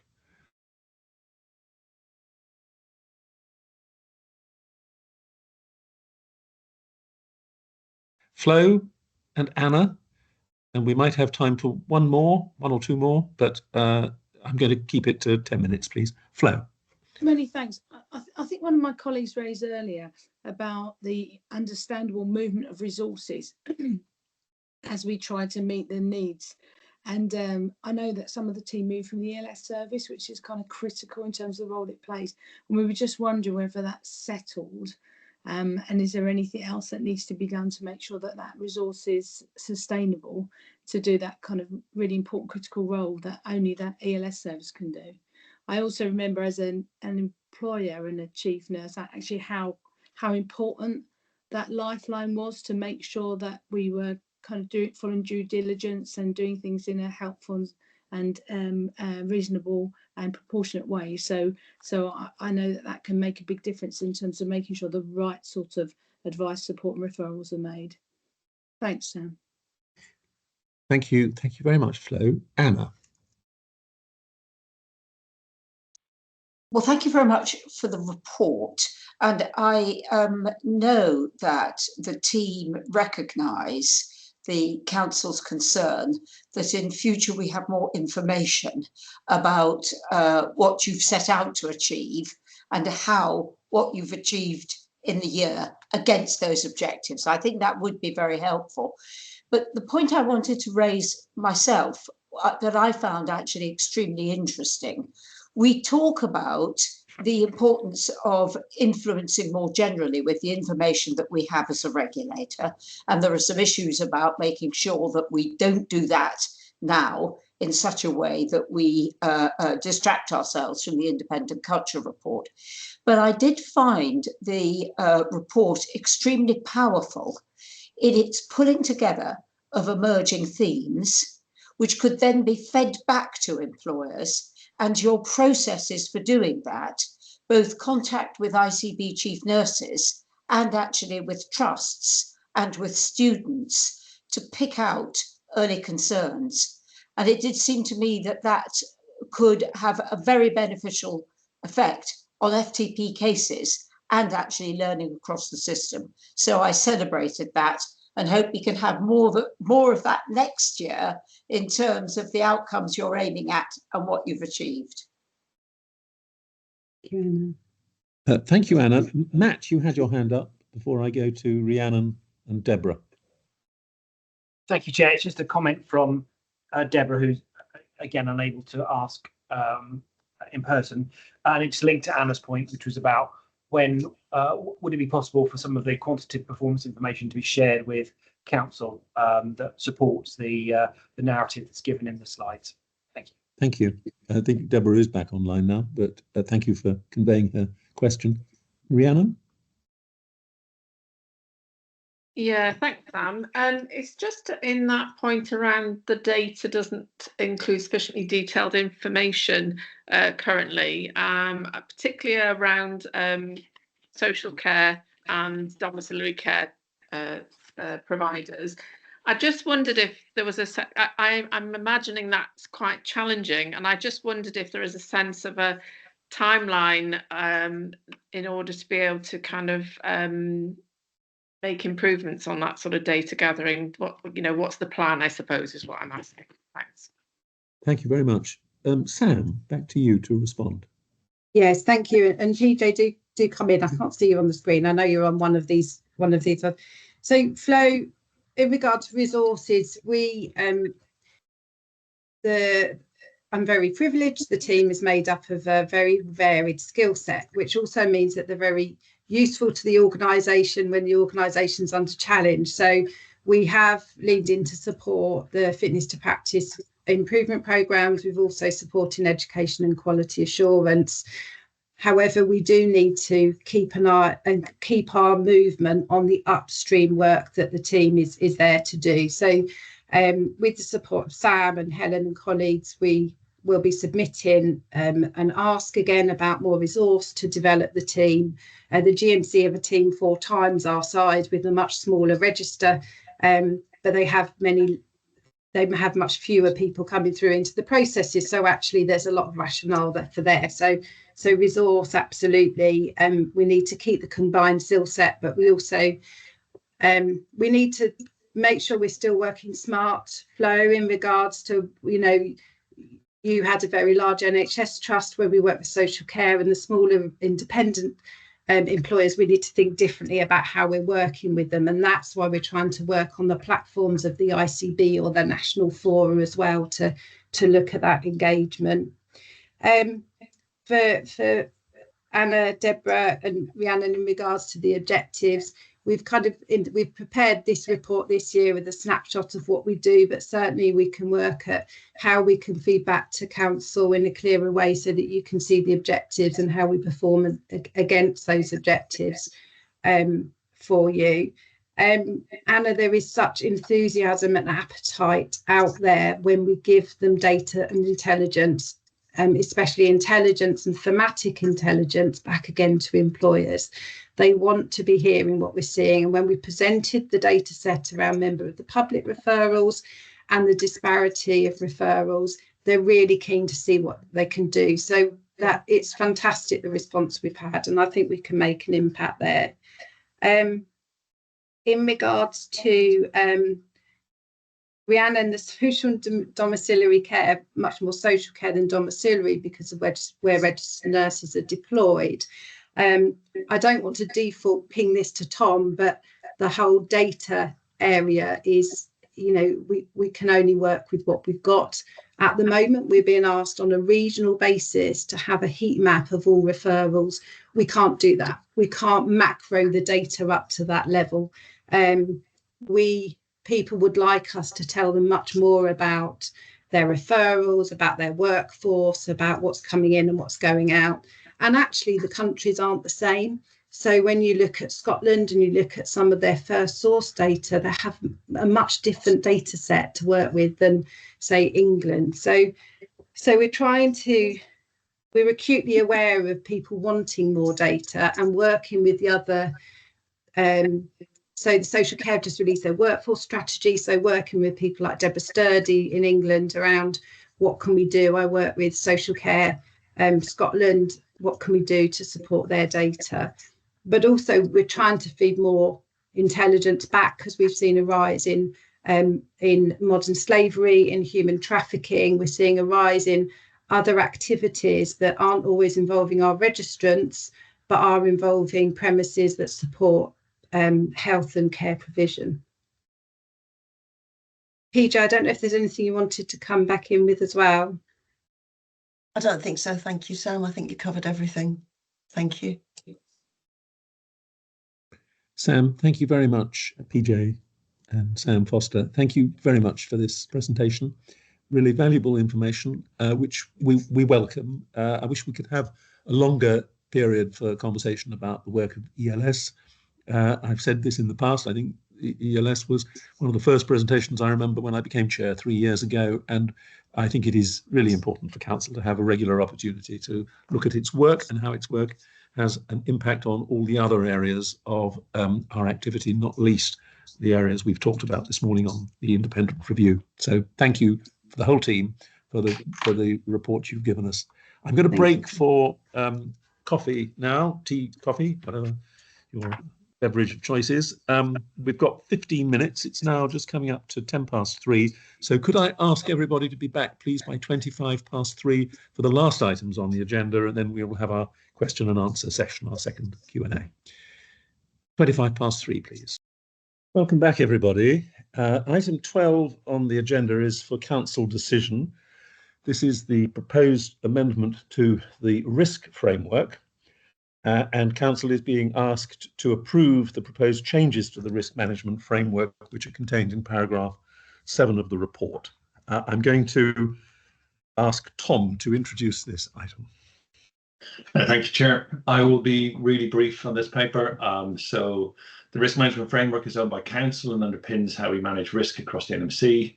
And this framework was previously approved by council in 2021, and what we're looking for approval today is changes since then. The most significant changes to the risk management framework are we now make clear the distinction between strategic and operational risks. It includes the escalation route to move risks from operational to strategic levels. It also includes a new risk appetite and tolerance levels thresholds that were discussed at council at seminar in April this year. And we've also revised council committee remits to ensure that committees with the relevant expertise and focus can help shape our risks to make sure they fairly reflect the context for that category of risk. An example that we give in the paper is the People and Culture Committee will review our people-focused risks in the light of any current workforce concerns. That doesn't change the role of the Audit Committee, which continues to provide oversight and assurance for effective risk management, reporting its findings to council. We've made these changes on the basis of some wide engagement, some of it with council and through some of the various committees, but subject to council approval, we'll look to implement this framework over the next coming months. I'll stop there and ask for any questions. Tom, thank you so much. Questions and comments, please, from colleagues.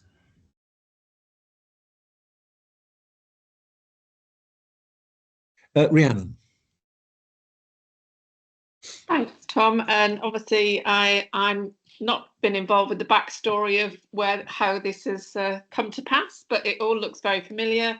I think the one thing I did want to say, I think it would be useful if the wording around the council's opportunity to have sight of the strategic risks, it says periodically, and that feels a bit loose to me.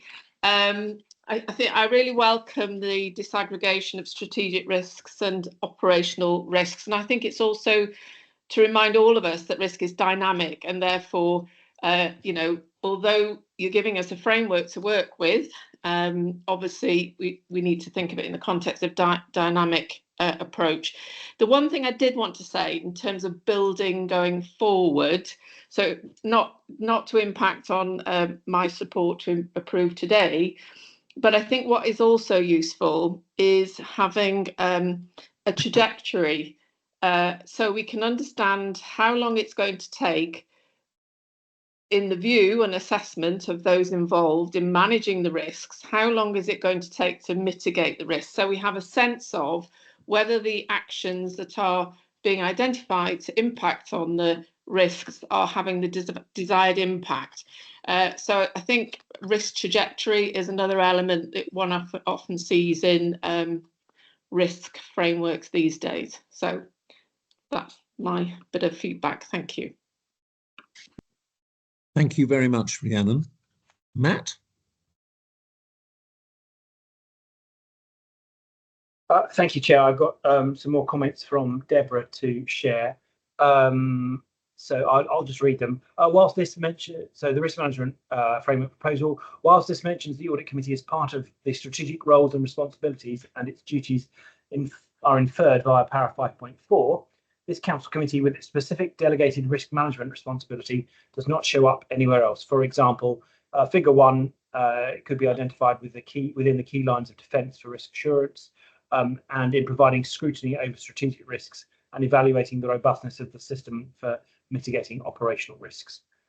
Deborah would also like to propose in next steps some wording along the lines of upgrade our existing information and profile of the audit committee to better recognise its remit for risk and assurance evaluation as delegated by council. I can share that text with Tom. Thank you very much, Matt. Tom, I wonder if we could take those 2 points, Rhiannon's point about regularity and dynamism of risk management, which we kind of were implying in our earlier conversation, weren't we, on the corporate report, and Deborah's concerns as chair of audit first, and then I'll go to Lindsay, Anna and Flo for a second round. Yeah, happy to. Rhiannon, we actually bring the strategic risk to council every quarter, but I accept the language is a little bit loose, and we can tighten that one up, I think, and we'll do that. The risk trajectory, we do actually capture the dates and when we think we will hit certain dates, but I think we could probably maybe do some work to make that more clear if that's not immediately obvious in what we do as well. So we'll take that one away and consider how we present that back to council.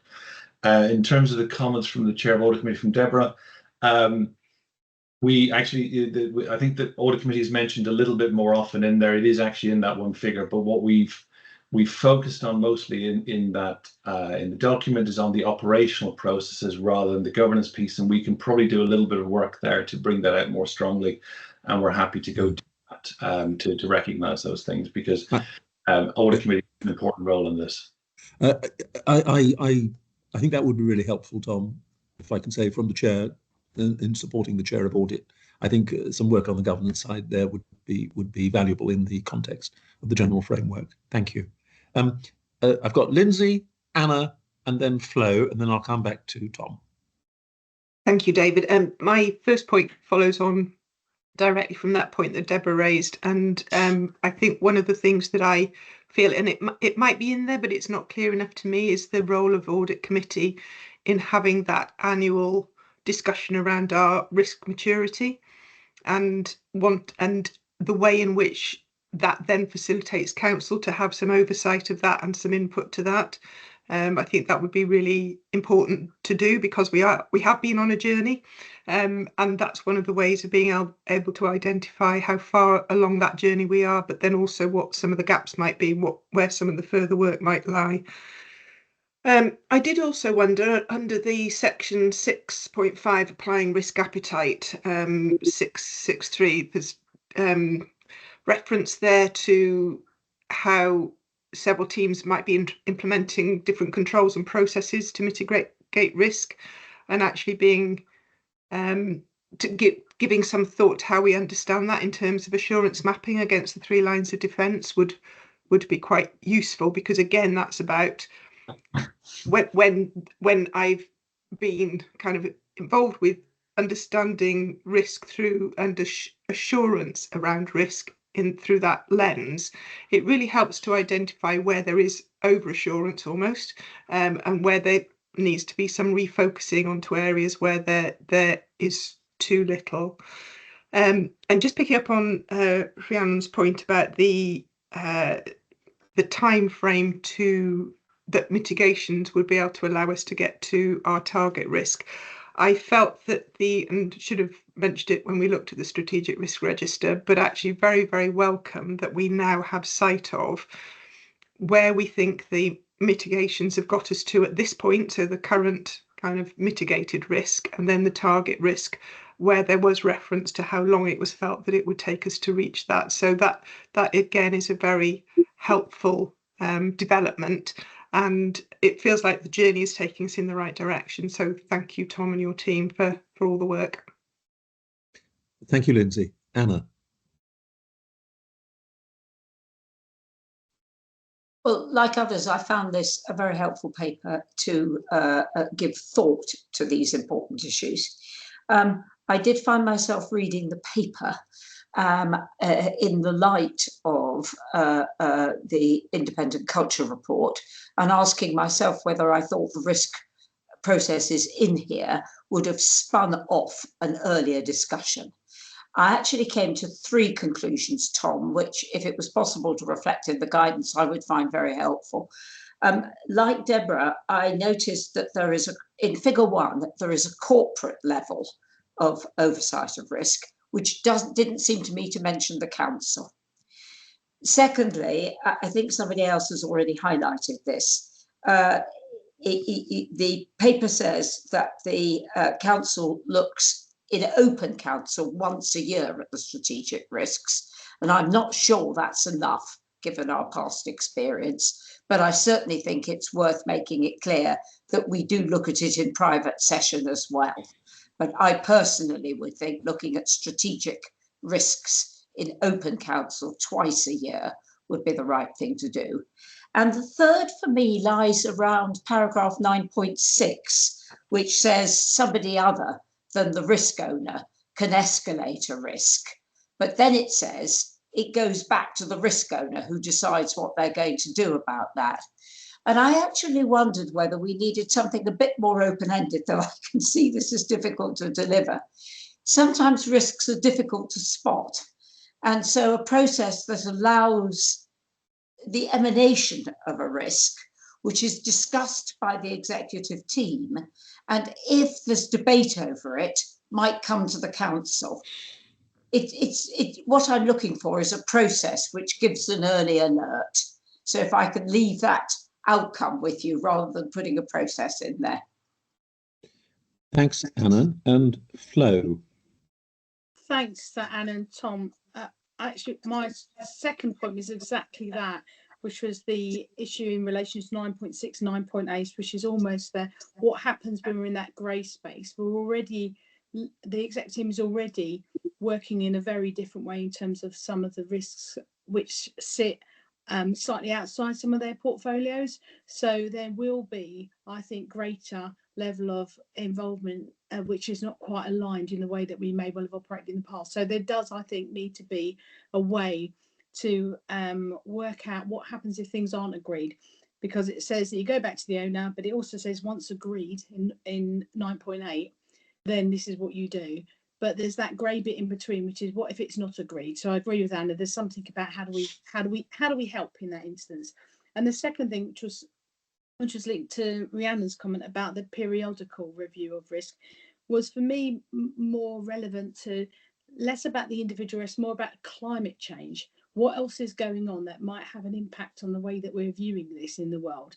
And it may well be about what workers expect from employers. It may well be about issues that are going on outside of our organisation that all of a sudden highlight the risks that we have internally in a very different way. So I think the periodical review isn't just a kind of static review of the risks, it's what else is going on in the world that might cause us to think a bit differently about this.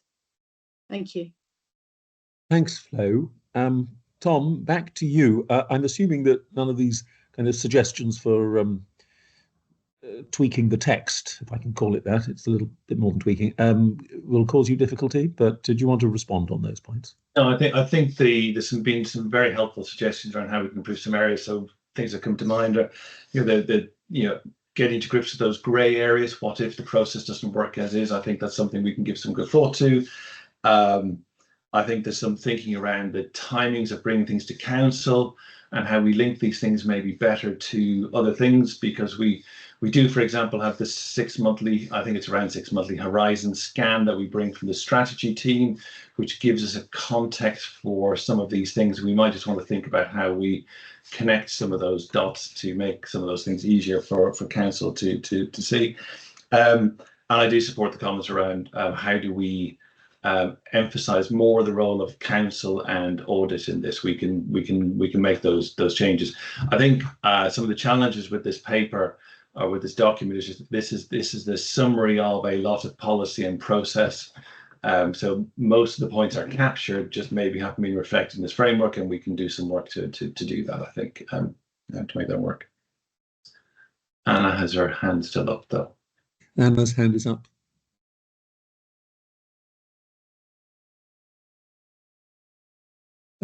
It's down. Very good. Okay. In which case, there's going to be some amendments, I think, on the basis of the council discussion, but in allowing for those, council is asked to approve the proposed changes to the framework, which are set out in paragraph 7, and I think is comfortable doing so. Everybody comfortable? Very good. Well, Tom and Richard, Rebecca, and I know a lot of other people involved in this work, thank you very much for the work that's gone into this paper, which Council greatly appreciate and is happy to approve. Thank you. We'll move to item 13, which is the proposed amendment to the wording in the standards for pre-registration midwifery programmes, which I think is straightforward. Sam, I think you're going to introduce this. I think I'll just hand over to Tracy. Oh, Tracy, I'm sorry. Tracy. Tracy is with us. Tracy, you're going to, Tracy, welcome. You're going to introduce this proposed change, small but important change of wording. Yes, thank you. So this is a change of wording in our pre-registration midwifery programme standards. And we've come to this decision to ask for this change because we're currently doing some work around unregulated people. And in doing this piece of work, we've realised that people that don't identify as midwives but are providing midwifery care are using a word similar to a word that is within our standards of pre-registration standards. So we originally had the pre-registration standards and the midwifery standards of proficiency using conduct as the word for when a midwife or a student is being involved in birth. However, following leaving the EU, we tried to map and align the standards again, but inadvertently changed the word in the pre-registration standards to facilitate.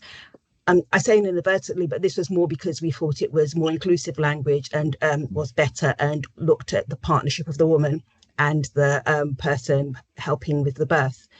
However, now that we realise that this is the word that's being used by unregulated people, we are asking to revert the word back to conduct to align in both documents so that we have the same language. So if in paragraph 8, there are just 2 areas that we're asking to change. So 3.5.2 is support the care of no less than 40 women in labour. And it says facilitate, just change that to conduct the birth. And then 3.5.3, participate in the support and care of women in labour having a breech birth, but change that to, and conduct a breech birth, just so that the language is clear and aligns across the 2. And this has been discussed with all our key stakeholders, and we're just recommending that you agree to this change for us, please. Tracy, thank you very much indeed. The paper is extremely clear. Does any member of council have any questions that they want to ask on this? In which case, and I don't see any hands raised, I assume council. David Maggs would like to come in. Oh, I'm so sorry. I'm running too fast. I apologise to Maggs and also to Navjot. My apologies to both of you. Maggs. Thanks, David. It's okay. Just very quickly to say that I support this. This is part of, as Tracy has intimated, probably a bigger suite of work that we need to do around unregulated individuals, whatever we know about this work. I think it makes sense to do it now, and I was delighted to see the people that were engaged with it, whatever. So fully supported and happy Tracy and Sam to be involved in anything moving forward around the midwifery side. Thank you. Thank you very much, Megs. Navjot. Thank you, Chair. Thank you, Tracy. Welcome the change. Just a follow-up question. During your stakeholder engagement, did you hear anything about the number of births requested into the future midwife standards? Tracy. We have had discussions about that, and that's something that's going to be looked at as the wider piece of work in sort of that we're doing. But that has been discussed, but it's not something that we're going to be looking at just at this moment. Okay, are there any other questions or comments anybody wanted to make? Try not to rush so fast this time. Very good, thank you. Well, Tracy, thank you very much. The council is asked to approve the proposed changes to wording around labour and birth in the standards for pre-registration midwifery programmes as given in paragraph 8 of the report. And I think council is happy to so approve the changes. Thank you. And Tracy, Sam, thank you very much for your work on this, and indeed following up our conversation about maternity care at a recent seminar where we talked about some of these issues. Tracy, and you gave us a presentation. Thank you very much. That concludes the items for decision. Now we move to item 14, which is questions from observers. Now we've taken a lot of questions on the Independent People and Culture Review in our Q&A this morning, and we've committed, as I said, to answering all the questions that we didn't have time for in that session. So I'm going to concentrate in this session on questions about the rest of the agenda or other topics. And I'm going to ask Matt to read us specific questions, and then Helen and I will, I think, want to apportion who should answer them.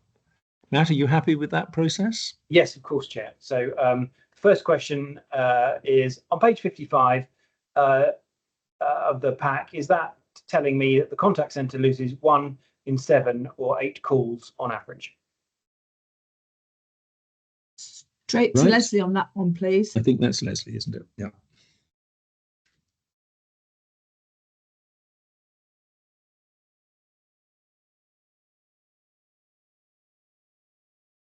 So we can't hear you, Leslie, if you're speaking. Sorry. Yeah, our target is 90% of all calls. Our current answer rate year to date is 87.1%. In April 24, we delivered only 80% service, but we had our busiest month in over 4 years. Thank you. Leslie, Matt? The next question is, given how central core IT systems are to the work of the NMC, could Council explain why the business case for a case management system is not expedited? Surely by now the NMC has bought and implemented a case management system. Is there anything wrong with using a legal system like Clio that your external lawyers will be familiar with? What do Council members know and understand about the status of the case management system and its procurement, if that is what the business case is all about? So if I start off with that, and then Tom, if I bring you in. So we have embarked on using Microsoft Dynamics as our replacement case management system. We have gone live with a member of the public screening referrals. So that's up and running and working really well. And it is helping with pace of casework. And our people really love using the tool. In the last couple of weeks, we've also gone live and deployed our panel allocation tool as well, which means rather than using loads and loads of spreadsheets and very manual processes for allocating panel members to hearings, we're now able to do that in a more automated way. In terms of the business case, I think the business case was agreed some time ago. What we're bringing back to Council is our actual implementation approach, which Tom is supporting me with. Tom, can I hand over to you? I don't know if there's stuff to add there that I've missed.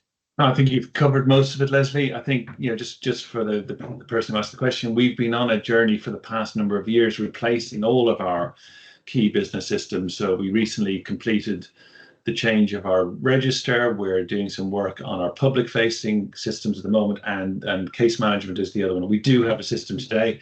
It's served its purpose, it's served its time, and we're working as fast as we can to actually bring that to our colleagues so that they have a tool that can actually make the process work better for them and for our registrants. Thank you very much, Leslie and Tom. Matt. Thank you, Chair. And the next question is, with the current report on the decrease of the nurses in the register for the past years, will there be a possibility of hiring international nurses again to increase the staffing demand in the hospitals? Sam, would you like to take that one? Would you like me to answer it? So I think that's a government decision. That's not a decision for the NMC to make. As I would respond to that. Our role is to maintain the register of nurses, midwives, and nursing associates. Thank you. And then finally, given the declared shortfall in recruitment shown in the papers and the use of millions of pounds of external legal support, why are there only 4 posts advertised with the NMC today? Those posts are a contract manager, a hearing support officer, a senior digital content officer, and a stakeholder engagement manager. So What I would say is that new roles are advertised all the time, and we have just completed a significant investment round for professional regulation, where we recruited over 80 people to roles. We've also, in the last year, significantly grown the professional practice team. And we're doing, as you'd expect, some workforce planning to consider where we're going to need new roles and skills to help us now deliver on the recommendations from the independent culture report. Finally, it's worth noting that we also advertise roles internally before they're advertised externally, just to give colleagues an opportunity to develop their career at the NMC. And while our turnover is higher than we would like in some teams, it's also worth noting that it has been reducing in each of the last 3 years and is now below 10%. So hopefully we'll start to see a bit more stability in that picture. Thank you very much, Lisanne. Matt, does that conclude the questions? That concludes the questions about the remainder of the agenda. Thank you, Chair. Thank you very much. Item 15 is the Chair's actions taken since the last meeting, and there have been none. So I'm going to close the meeting now, but before I do, I just want to thank everybody for joining us today, particularly our observers. I always encourage our observers who've come for the first time to an Open Council meeting, whether in person or online, to come again, and encourage others to come.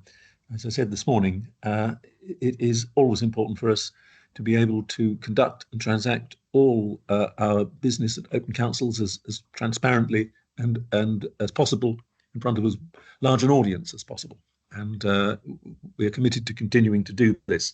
So I do hope that people will join again and recommend it to their friends and colleagues. As I said at the start, this meeting has been recorded and will be available to view on our website.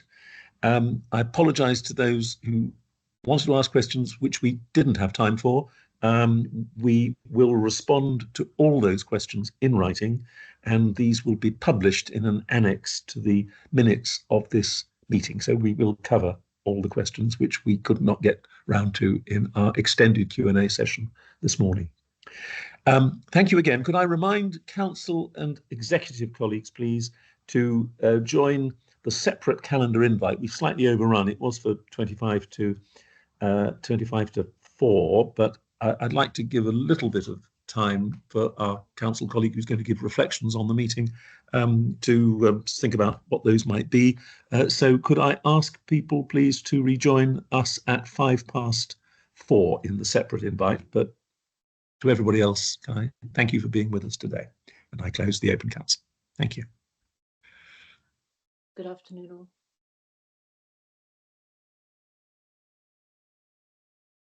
Thank you. Thank you.